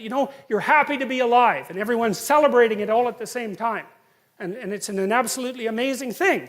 And that's sometimes that's what this represents, and sometimes that's what this represents. And that's what we're trying to get at, because that's at the pinnacle of the hierarchy, right? Not only are you doing what you should be doing, but you're doing it in a way that increases the probability that you'll do it better the next time you do it. And then you could say, here's another thing to think about along the same lines. And I know we haven't got to Adam and Eve yet. You tell your kids to play fair, right? You say, it's not whether or not you win, it's how you play the game. And you say that and you don't really know what you mean. You feel kind of stupid saying it even though you know it's true. And your kid looks at you like there's something wrong with you because he doesn't know what you're talking about either. But you know it's true. And so here's why it's true. Life isn't a game. It's a set of games. And the rule is, never sacrifice victory across the set of games for victory in one game. Right? And that's what it means to play properly. You want to play so that people keep inviting you to play, because that's how you win, right? You win by being invited to play the largest possible array of games. And the way you do that is by manifesting the fact that you can play in a reciprocal manner every time you play, even if there's victory at stake. And that's what makes you successful across time. And we all know that, and we even tell our kids that, but we don't know that we know it. And so we're not adapting ourselves to the game and victory in the game. We're adapting ourselves to the meta game and victory across the set of all possible games. And that's exactly what, as far as I can tell, that's exactly what this is aiming at too, that's the same idea, that there's a mode of being that transcends the particularities of the localized contest. That's the other way to think about it. And to act morally is not to win today's contest at the expense of the rest of possible contests. And again, I don't see that as something that's arbitrary. It's not relativistic. There's an absolute moral stance there, and everyone recognizes it. And I also think it's the key to success. And I would also say it's very much akin in a strange way. Like the person who is the master at being invited to play the largest possible number of games is also the same person. I haven't quite figured out the precise relationship between these two, is also the same person that goes out forthrightly to conquer the unknown before it presents itself as the enemy at the door. They're the same thing. Now, I haven't figured out why that is exactly, but well, I'll figure it out eventually, and when I do, I'll tell you, well, if you're interested. So, okay, so here's some other ideas of God as hierarchical authority figure. So strip the religious preconceptions off what you observe and just look at what you see. Well, look, there's primate looking upward at dominant figure. That's what you see there. Now, it's very interestingly symbolically represented because you have God the Father there with the cross. And I think what that means, as far as I can tell, is that there's a recognition there in the image that the person who's most dominant is the one has the most authority, is the one who's voluntarily accepted the suffering that's part of being. And that's what that picture represents. It's like the authority holds that and says, this is what you have to accept. And that transfixes the viewer because of the fact that it's true. And you think, well, is that true? Okay, well, think about it this way. Do you like brave people or do you like cowards? Well, that's pretty straightforward. And what's the ultimate act of bravery? It's to come to terms with the fact that you're mortal and limited and to live forthrightly regardless. Well, obviously, that's at the core of what's admirable. And why would we presume that that's not the case? We act as if that's the case. It's what everyone dreams and wishes that they could do. I mean, assuming that, you've dispensed with the idea that you're going to be immortal, I suppose that might be worth wishing for too, or perhaps not. Immortal is a very long time. But you certainly want this, and that image says, well, this is what you should be. And we've got that same opening into the sky going on in that image that I showed you before. It's like this is a transcendent truth that constantly remanifests itself across time and space. And Jung would say, it's built into your psyche, that image. Now, there are elements of it that are culturally constructed. It wouldn't necessarily have to be the cross, although the cross is a very old symbol. It's far older than its use in Christianity, and it's been used in many, many religious representations. But that echoes, the soul echoes with that. And then there's Moses up there on the mount receiving the law. And so we'll talk a lot more about that when we get to Exodus. But if we get to Exodus. So, well, look, where does it happen? Well, on a mountain. Well, that's a pyramid. That's up, right? That's up. It's up. It's up in the stratosphere. It's up in the sky where you look upward, okay? And then, so what's happening to Moses? Well, here's a bit of a clue, as far as I can tell. I figured this out partly, again, by reading Jean Piaget, because one of the things that Piaget said about kids was that they first learn to play a game, but they don't know what the rules are. Meaning that if you have a bunch of kids together, they can play a game, but if you take one of the kids out of the game when they're young, say 6, and you say what are the rules, they can only sort of give you a representation. So you take 6-year-old 1 and he'll tell you some of the rules, and 6-year-old 2 will tell you different rules, and 6-year-old 3 will tell you different rules, but if you put them all together, they can play. So they have the knowledge embodied either individually or in the group. The knowledge is there to be extracted. Well, then they get a little older, they can extract the rules. And then they start to play by the rules. And then Piaget's last step was, well, it isn't just that kids play by the rules, it's that they learn that they can make the rules. And he thought about that as moral progression. First you can play, then you can play by the rules. Then you learn, maybe, because he didn't think everyone learned this, that you're actually the master of the rules. That doesn't mean the rules are arbitrary. but it means that you can be the generator of the rules, assuming that you know how to play the game. And he thought about that as a moral progression. And then I thought, well, that's exactly what happened to Moses in the story of Exodus, because Moses is out there leading all those Israelites around, and like, they don't have a law, they don't have a lawgiver, they have a tradition, and they're all like crabby because, well, they're in a desert. It's like, they were in a tyranny, but now they're in a desert. It's like, that's no improvement. So they're really getting pretty bitchy about it. And so they're worshiping false idols and having one catastrophe after another. And they get Moses to judge their conflicts. And so he does that for God only knows how long. Forever. Crabby Israelites come to Moses and bitch at him. It's like, well, he did this and she did that. And so then he has to figure out how to make peace. And he does that so long that one of his, I think it's his father-in-law, tells him he has to stop doing it because he's going to exhaust himself. Well, then you think, well, what's happening? Well, and I'm not assuming that this is like a literal historical story. I think, again, it's a condensation. Well, any group has a set of customs, just like a wolf pack does. And so then the customs are being manifest, and someone who's a genius is watching and thinking, okay, well, what's the rule in this situation? What's the rule in this situation? What's the rule in this situation? And then in his imagination, the rules turn into a hierarchy, and then he goes up on the mountain and he goes bang, and he thinks, oh my God, here's the rules that we've been living by all this time. And that's the revelation of the commandments. Well, and you think, well, how else could it be? You think the rules came first and obeying them came second? It's like, no, the rules come first. Sorry, the actions come first. The obeying them comes first. And then you figure out what everybody's up to, and you say, hey, look, this is what you've been up to all along. And everybody goes, oh, yeah, that seems to make sense. And if it didn't, who would follow them? No one was going to follow them if they don't match what's already there. You just think about that as unjust. And so that's portrayed here as a cataclysmic human event. It's like, oh my God, we've been chimpanzees. We've been in this hierarchy of authority for so long. We have no idea what we're doing. And all of a sudden, poof, it burst into revelatory consciousness. And we could say, here is the law. And you say, well, is it given by God? Well, hey, it depends on what you mean by God. We could start with that presupposition. But it's not like it just came out of nowhere. It took and this is something else Nietzsche observed so interestingly. And he said, that a moral revelation was the consequence of a tremendously long process of initial construction and then formulation. Thousands and thousands and thousands and thousands of years of custom, of building custom, before you get the revelation of the articulated law. And that's a description of the pattern that works. And let's say, well, what's the pattern that works?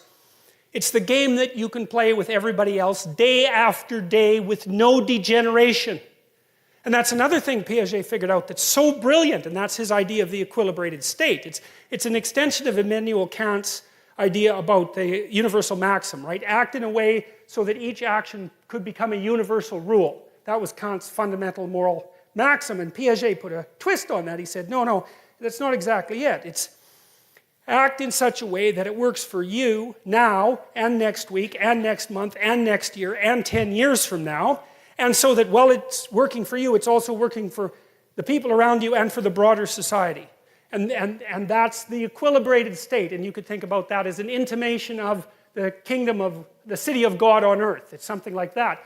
And it's based on this idea that a morality has to be iterable.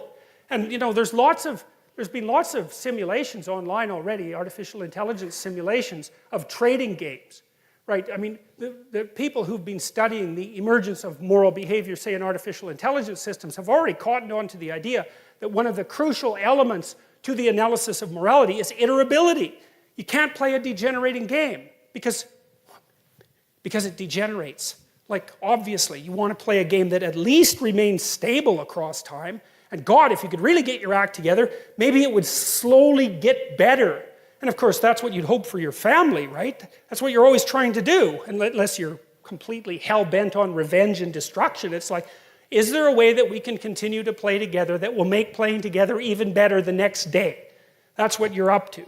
And, well, I don't see anything arbitrary about that. And part of it, and this is also why I think that bloody postmodernists are so incorrect, because they say something like, there's an infinite number of interpretations of the world, and that's actually true. But then they make a mistake, and they say, well, no interpretation is to be privileged over any other interpretation. It's like, wrong, wrong. That's where things go seriously off the rails, because the interpretation has to be, and this is the Piagetian objection, is like, if you and I are going to play a game, rule 1 is we both have to want to play. Rule 2 is other people are going to let us play. Rule 3 is we should be able to play it across a pretty long period of time without it degenerating. And maybe rule 4 is, while we're playing, the world shouldn't kill us. It's like there are not very many games, like you don't send your kids out to play on the superhighway, right? So they're not playing hockey on the superhighway because the world kills them. And so there's an infinite number of interpretations, but there is not an infinite number of solutions. And the solutions are constrained by the fact of the world and our suffering in the world, and then also constrained by the fact that we constrain each other. And so that's where I think that's gone like dreadfully, dreadfully wrong. So, all right.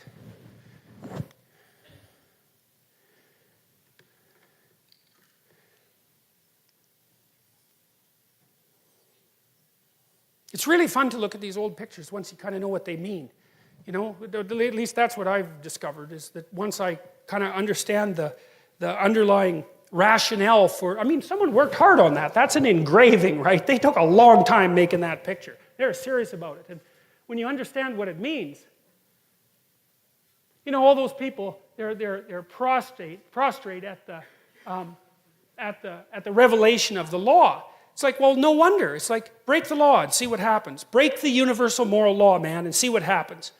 You know, I see people in that situation, well, as you all do all the time, perhaps me more than you because I'm a clinical psychologist, you know, and if the people I'm seeing haven't broken the universal law, then you can bloody well be sure that people around them have. It's no joke. Like, you make a mistake and things will go seriously wrong for you. And so it's no wonder that you'd be terrified at the revelation of the structure that governs our being. One of the things that's so remarkable about the Old Testament, this is another thing Nietzsche commented on. He was a real admirer of the Old Testament, not so much of the New Testament. He thought it was a sin for Europe to have glued the New Testament onto the Old Testament, because he thought the Old Testament was a really accurate representation of the phenomenology of being. It's like, stay awake, speak properly, be honest, or watch the hell out, because things will come your way that you just do not want to see at all. And it might not just be you, it might be everyone you know and everything about your culture that is demolished for generation after generation. It's like, stay awake and be careful. And I think that people only don't believe that when they're being hubristic. And I think that most people know that deep in their hearts. You know, when you get high on your horse, that happens fairly often. If you have any sense, you think, geez, I better be careful and tap myself down a fair bit, because if I get too puffed up, man, something's going to come along and take me out at the knees. And everyone knows that. Pride comes before a fall. It's like, if you have any, that's why it says in the Old Testament that fear of God is the beginning of wisdom. It's like, I have never, in all my years as a clinical psychologist, and this is something that really does terrify me, I have never seen anyone ever get away with anything at all, even once. You know, there's that old idea that God has a book, you know, and keeps track of everything in heaven. It's like, okay, you know, maybe it's not a book. Fine. But that is a really useful thing to think about, because, well, maybe you disagree. Maybe you think people get away with things all the time. I tell you, I've never seen it. What I see instead is that thing happens, right? Someone twists the fabric of reality. And they do it successfully because it doesn't snap back at them that moment. And then like 2 years later, something unravels. And they get walloped and they think, oh my God, that's so unfair. And then we track it. It's like, well, what happened before that? This. Well, and then what? This. And then what? This. And then what? Oh, this. Oh, that's where it went wrong. It's, yeah, because you can't twist the fabric of reality without having it snap back. It doesn't work that way, and why would it? Because what are you going to do? Twist the fabric of reality? I don't think so. I think it's bigger than you. You know, and I think that one of the things that really tempts people is the idea that, well, I can get away with it. It's like, yeah, you try. You see how well that works. It's like you get away with nothing. And that is the beginning of wisdom. And it's something that deeply terrifies me. And, you know, ever since last September, when I came to more like broader public attention, one of the things, I've been terrified of making a mistake, because I certainly know I'm more than capable of making a mistake. And thank God so far, either I haven't made one or no one's found out about it. So, But it's like, we walk on a very thin and narrow edge. And we're very lucky when things aren't degenerating into chaos around us or rapidly moving to far too much order. And it's not an easy thing to stay on that line. And you can tell when you're on that line because things are deeply meaningful and engaging when you're on that line. But if you're not existentially terrified about the consequences of wavering off that, then you are truly not awake. So, and that's what I see in this picture. It's like, look out, man, because there are rules. And if you break them, God help you.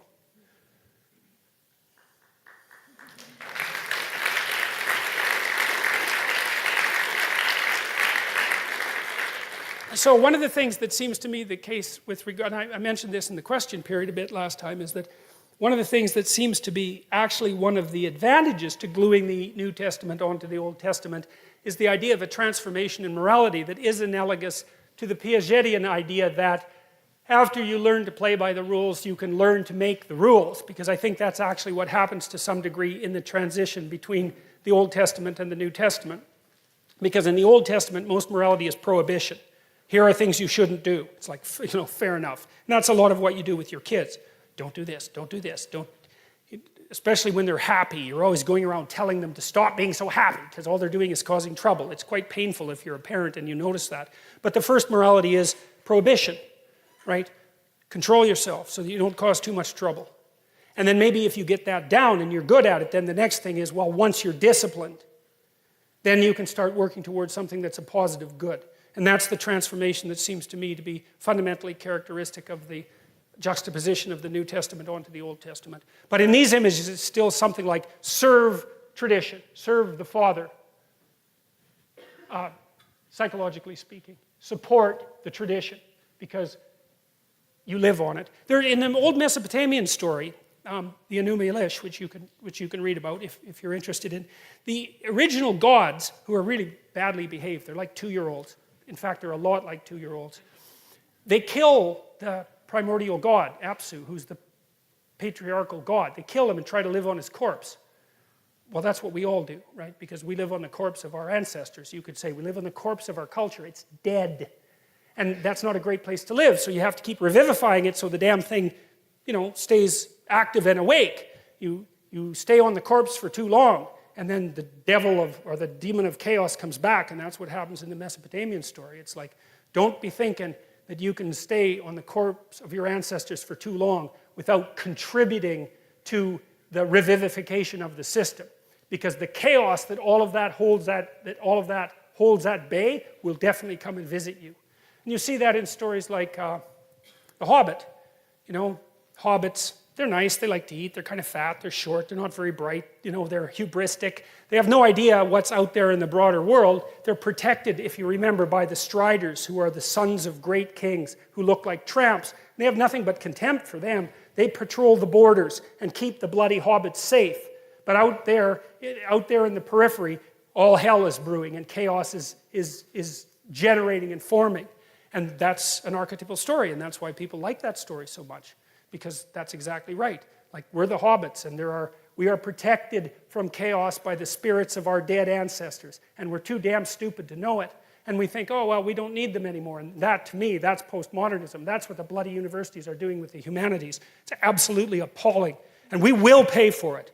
So, unless we wake up, and hopefully we'll wake up, because that would be better than paying for it, even though being awake is rather painful. So then I had this vision one time, and I kind of portrayed it in this image of what the world was like. And I thought, well, it's not a pyramid. It's not a single hierarchy of authority. That's not what it is. It's an array of hierarchies of authority. So you imagine this sort of infinite plane. And in the infinite plane, there's nothing but pyramids. And inside the pyramids, there are strata of people everywhere, far as you can look. Some of the pyramids are tall. Some of them are short. They overlap. It's endless. The plane is endless. And those are all the positions to which you could rise. And everybody's inside the pyramid, sort of crammed up, trying to move towards the top. And then there's the possibility of sailing across over top of all of them and seeing how the structure itself works. And and that's the eye that floats above the pyramid and that sees the structure itself. And the highest order of being is not to be at the top of the pyramid. It's to use the discipline that you attain by striving towards the top of the pyramid to release yourself from the pyramid and move one step up. And I think that's one of the things that's instantiated in the idea of for example, of the Holy Ghost. And I think that's akin to that. That's Sisyphus. And Nietzsche said of Sisyphus, if I remember correctly, that one has to imagine him happy. Well, if there's a rock at the bottom of the hill, then you might as well push it up the hill. And if it rolls back down, well, then you've got something else to do, don't you? You can push the damn rock back up the hill. And there's no shortage of rocks to push up the hill, and that's what we're built for anyways. And so let's go out and push some damn boulders up the hill, and then maybe we could have enough self-confidence and enough respect for ourselves that we wouldn't have to turn to hatred and revenge and try to take everything down, because I think that's the alternative. So he's not weak. That's one thing you can say about him. The same idea represented there, right? That's Atlas, who voluntarily takes the world on his shoulders. It's like the idea of Christ taking the sins of the world on his shoulders. It's exactly the same notion, which is the notion that you should be able to recognize in yourself all the horror of humanity and take responsibility for it, because that's what that means. And the thing that's so interesting about that is that if you can recognize in yourself all the horror of humanity, you will instantly have a hell of a lot more respect for yourself than you did before you did that. Because there's some real utility in knowing that you're a monster. Now, and just because you're a monster doesn't mean you have to be a monster, but it's really useful to know that you are one. So, and one of the things that Jung knew, and this is something that I find so amazing about his writings, and I think something that really distinguishes him, for example, from Joseph Campbell, who talked about following your bliss, is like Jung said very clearly that the first step to enlightenment is the encounter with the shadow. And what he meant by that was, everything horrible that human beings have done was done by human beings, and you're one of them. And so if you don't understand that, and to understand that really means to know how it was that you could have done it, and that's a shattering thing, to try to imagine that, to try to imagine yourself as someone who's engaged in medieval torture, to see how you could in fact do that. You're never the same after you learn that. But being never the same after learning that is unbelievably useful, because when you understand that that's what you're like, then you're a whole different creature. And I don't think, and this is something I did learn from Jung, is that you cannot be a good person until you know how much evil you contain within you. It is not possible. And it's partly because you just don't have any potency. Like, if you're just naive, if you're just nice, if you'd never hurt anyone, you'd never hurt a fly, you don't have the capability for any of that, why would anyone ever take you seriously? You're a domestic animal at best, and a rather contemptible one at that. And it's a very strange thing, because you wouldn't think that the revelation of the capacity for evil is a precondition for the realization of good. But I believe, first of all, why would you be serious enough to even attempt to pursue the good unless you had some sense of what the consequence was of not doing it? You have to be serious about these sorts of things. It's not the game of a child, right? It's the game of a fully developed adult. And I learned this in part when I had little kids. I wrote a chapter from my new book called Never Let Your Children Do Anything That Makes You Dislike Them. And why was that? And I wrote that after I knew I was a monster. And I thought, I'm going to make sure I like my kids. I'm going to make sure they behave around me so that I like them. Because I'm way bigger than them. And I'm way more cruel than they are. And I've got tricks up my sleeve that they cannot even possibly imagine. And if they irritate me, I will absolutely take it out on them. And if you don't think that you're the sort of person that would do that, then you are the sort of person who is doing it.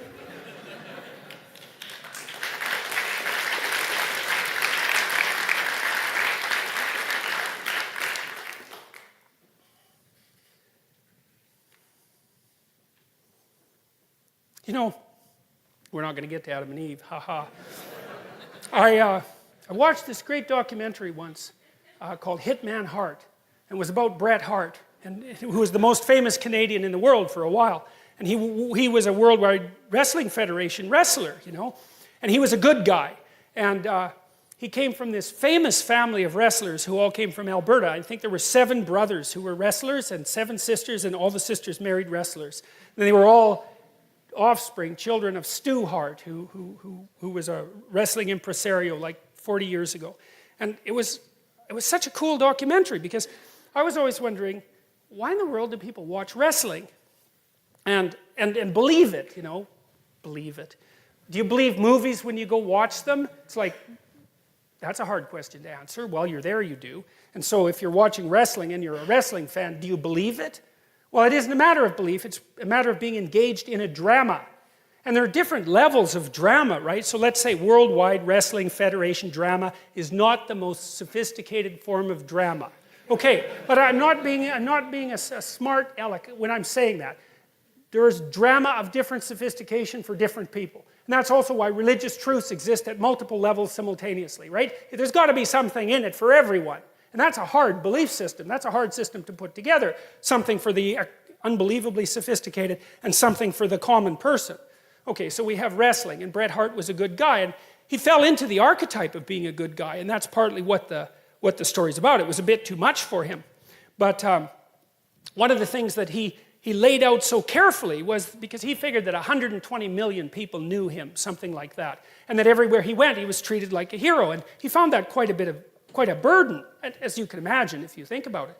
But he portrayed what was happening in the wrestling ring as classic good against evil, but not conceptualized and discussed, right? Embodied, fought out, acted out, like Thor and the Hulk, except like right in front of you.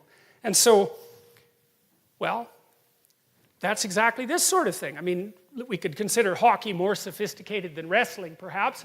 And as I said, I'm not being a critic of these. I'm not being critically minded about these things. I understand their purpose, and I would highly recommend that documentary. It's a brilliant documentary. But it's the same thing. It's a silver cup, right? It's like, there's the hero of the team. That's the hero of the teams. Here's something cool. If you're the fan of the Toronto Blue Jays, or the Toronto Maple Leafs, of course this hardly ever happens to you if you're the fan of the Toronto Maple Leafs, because they always lose. But if you're watching a game and your team wins and we take your testosterone levels, then they went up. And if you watch the Toronto Maple Leafs and they lost and you're a fan, then your testosterone levels go down. So that's pretty damn funny. I mean, really, don't you see how deeply instantiated this is in people? I mean, it bloody well alters your biochemistry, like your testosterone levels. It's all, oh, my team lost. It's like there'll be nothing in it for the wife tonight. So.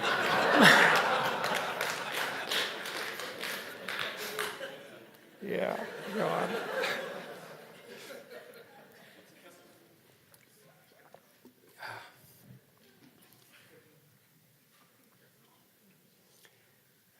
Well, this is the cosmos, I think, from the phenomenological perspective. And one of the things that has come to my realization is that this is real. This is real. It's not a metaphor. It's way deeper than a metaphor. The most real things about life are the place you don't know and the place you know. And you could say, well, that's explored territory and unexplored territory. That's real, and it's been around forever. Back to the lobsters. If you put lobsters in a new place, the first thing they do is go around their territory, finding places to hide, and also making a burrow. So the first thing they do is establish what they know against what they don't know. And that's real. It's real from the Darwinian perspective. And we're going to say that what's real from the Darwinian perspective is plenty real enough, because we're alive and everything, and so that sort of thing matters. It's like, well, that's what this is. The Taoist symbol, that's what it says. It says, what is experience made of? Eternally. That's easy. Chaos and order. And in every bit of chaos, there's the possibility of order. And in every bit of order, there's the possibility of chaos. And that's the way, right? That's the path of life. That's life itself. And where you're supposed to be is right on the border between the two of those. And why is that? Stable enough, engaged enough, right? So not only are you doing what you should be doing, you're doing it in a way that increases the probability that you'll do it better tomorrow. And you can tell when you're doing that because you're engaged. You're in the right time and place. And your neurology tells you that. That's what meaning is. That's what transcendent meaning is. And that's so cool because I also think that is the antidote to existential suffering. The antidote to existential suffering is to be at the right place at the right time. And you know, you want to get technical about it. Okay, anxiety and pain. That's the reality of existential suffering. Okay, so let's say you're in the right place at the right time. What happens to you biochemically? Dopaminergic activation. What does that do? Suppresses anxiety, and it's analgesic. Now, it's more than that because it also produces positive emotion and the desire to move forward, and it underlies creativity. And so not only do you get the positive engagement from a neurochemical perspective, you get the analgesia and you get the and you get the reduction of anxiety. So it's not hypothetical. And it is the case that the dopaminergic systems, those are the exploratory systems, unbelievably ancient and archaic, are activated when you're optimally positioned to be incorporating new information, which is what human beings do, because we're information foragers.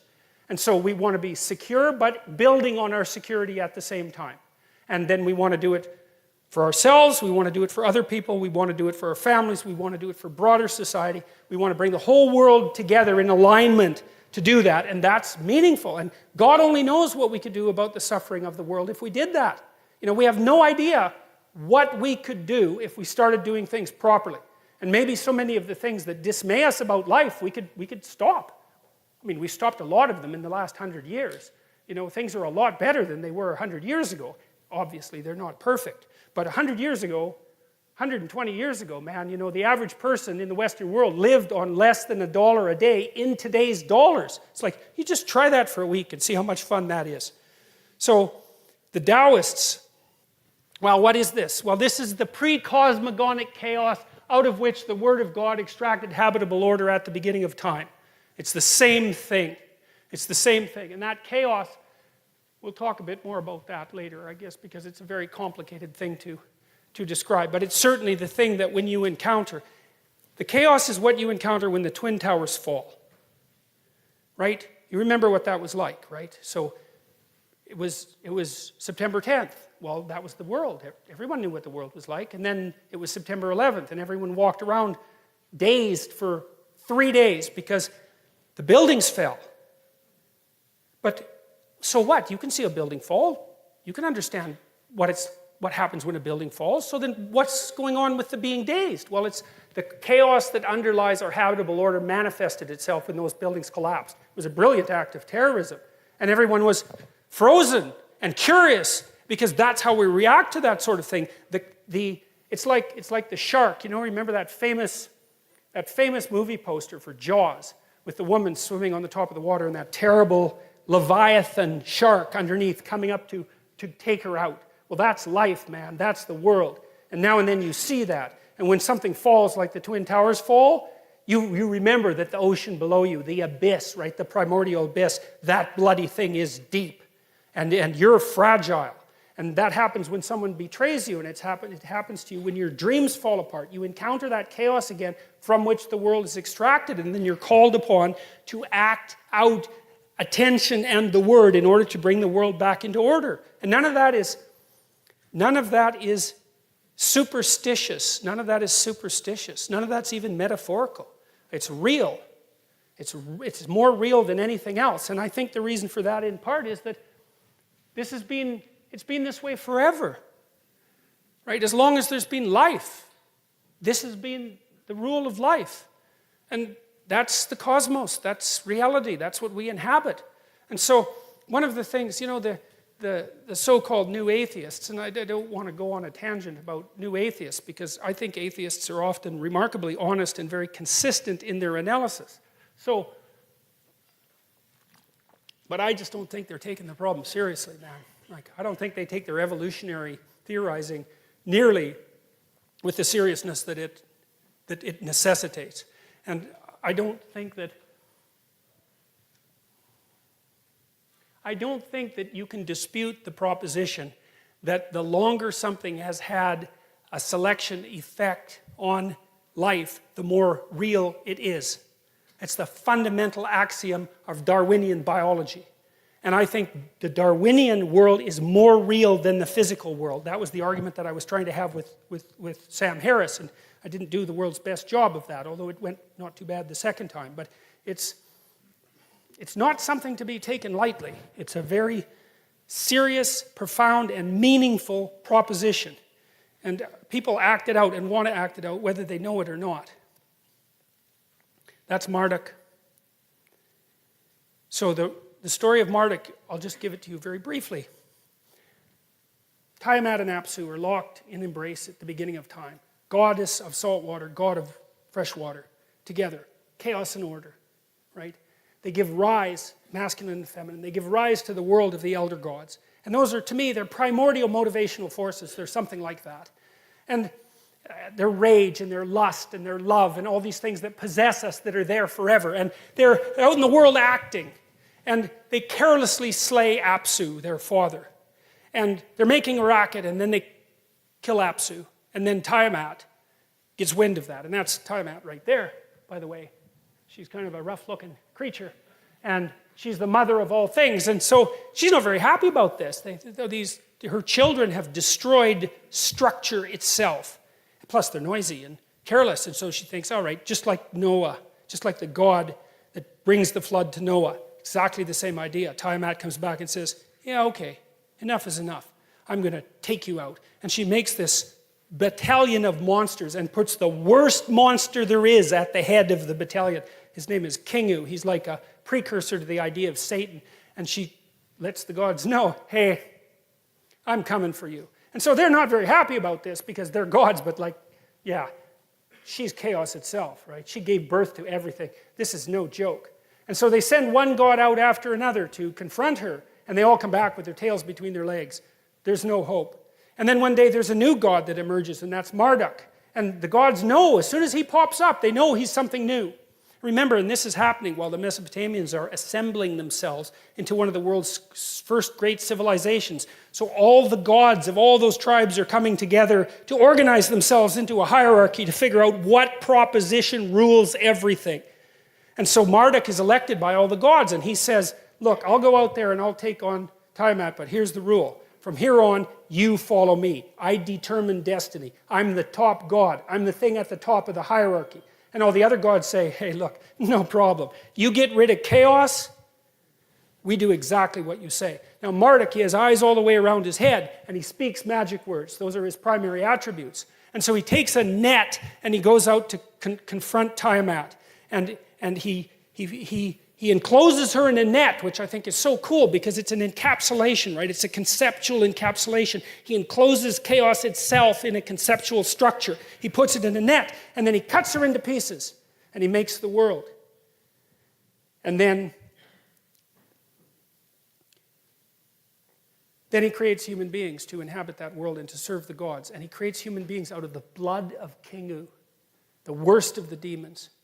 And that took me, it's a Colin DeYoung, who was a student of mine, helped me figure that out. I thought, geez, that's pretty damn pessimistic. It's like, what exactly, it's like a fall metaphor. It's like the idea of original sin, but our joint conclusion with regards to that was that human beings are the only creatures in creation that can truly deceive, right? We have the capacity for evil, just like it says in the Adam and Eve story. We can actually do that, and that's why we're made out of the blood of Kingu, the king of the demons. We are the thing that can deceive, that can twist the structure of reality. Well, so Marduk. Now, the Mesopotamians had an emperor, right?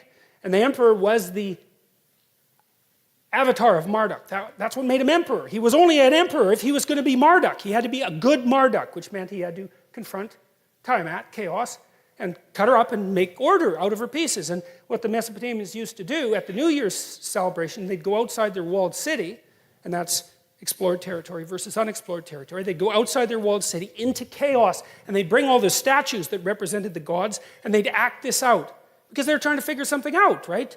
They're trying to figure out what this means. They're acting it out. And then they'd take their emperor, and the priest would make him kneel, and they'd take all his king uniform off, his emperor uniform off, and make him kneel and humiliate him and nail him with a glove and say, okay, how were you not a good Marduk this year, right? And then he'd recount all the ways that he was inadequate in confronting chaos, and then they'd do the celebration, and Marduk would win, and the king would go sleep with a royal prostitute. And the reason for that was, it's the same idea as St. George pulling the virgin from the dragon. It's exactly the same idea, that if you encounter the reptilian chaos, you can extract something out of it with which, if you unite, you produce creative order. That's what they were acting out. And that was the basis for the Mesopotamian idea of sovereignty. It's so smart. It's so unbelievably smart. And, the Mesopotamians had a massive influence on the civilizations that then had a massive influence on us. It's one of the stories of how the notion of sovereignty itself came to be. It's the evolution of the idea of God. That's one way of thinking about it. But even more importantly, it's the evolution of the idea of the redemptive human being, right? And that's taken to one of its conclusions, well, in the story of Buddha, but also in the story of Christ, the idea of the perfect individual. And the notion is, well, that's the word that speaks truth into chaos at the beginning of time to generate habitable order that is good. That's the story. And so with that,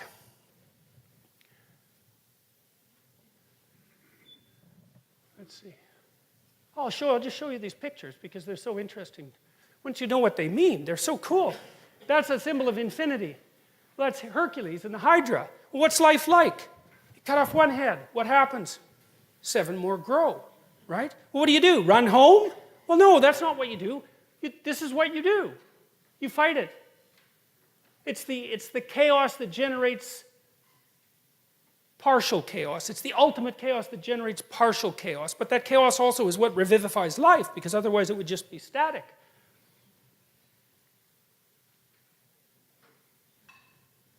Mercury, the head of the Hydra, right? Freezes you. That's St. George. He's doing it peacefully, which is so interesting, right? He's got a beatific look on his face in that particular representation. Another St. George, right? The Virgin in the background. I think that's St. Anne, if I remember correctly.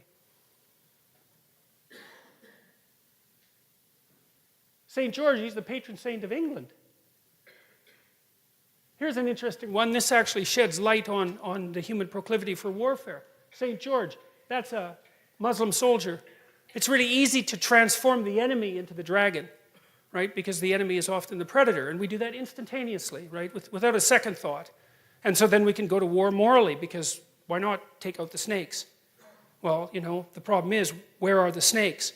Well, maybe they're outside, and maybe they're not. Maybe they're in this room, and even worse, maybe they're in you. And that's wisdom, when you know that they're in you. And why wouldn't she be happy about that? Especially if she had a child, right? Seriously.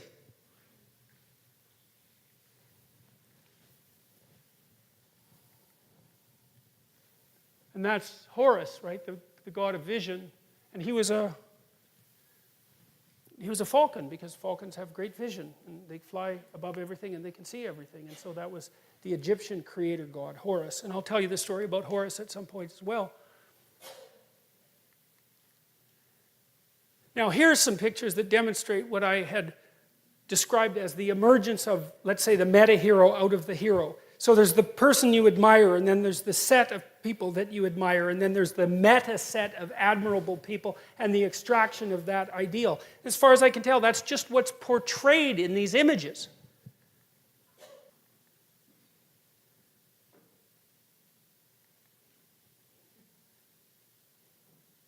That's a great one. It's a very sophisticated image. You see the two sides of Christ's face are not symmetrical.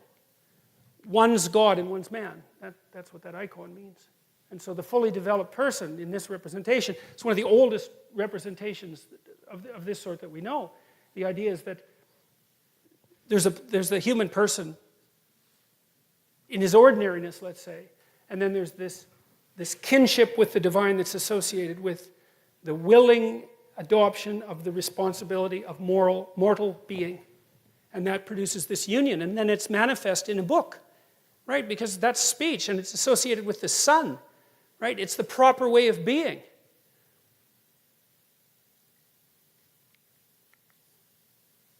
And that's a perfect example, I think, of the emergence of the archetype out of the multitude. That's what it looks like to me.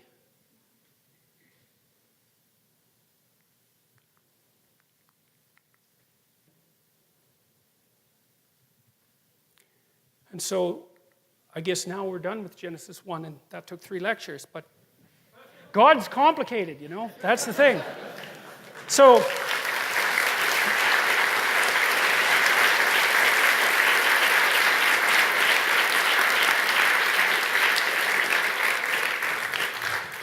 So thank you. And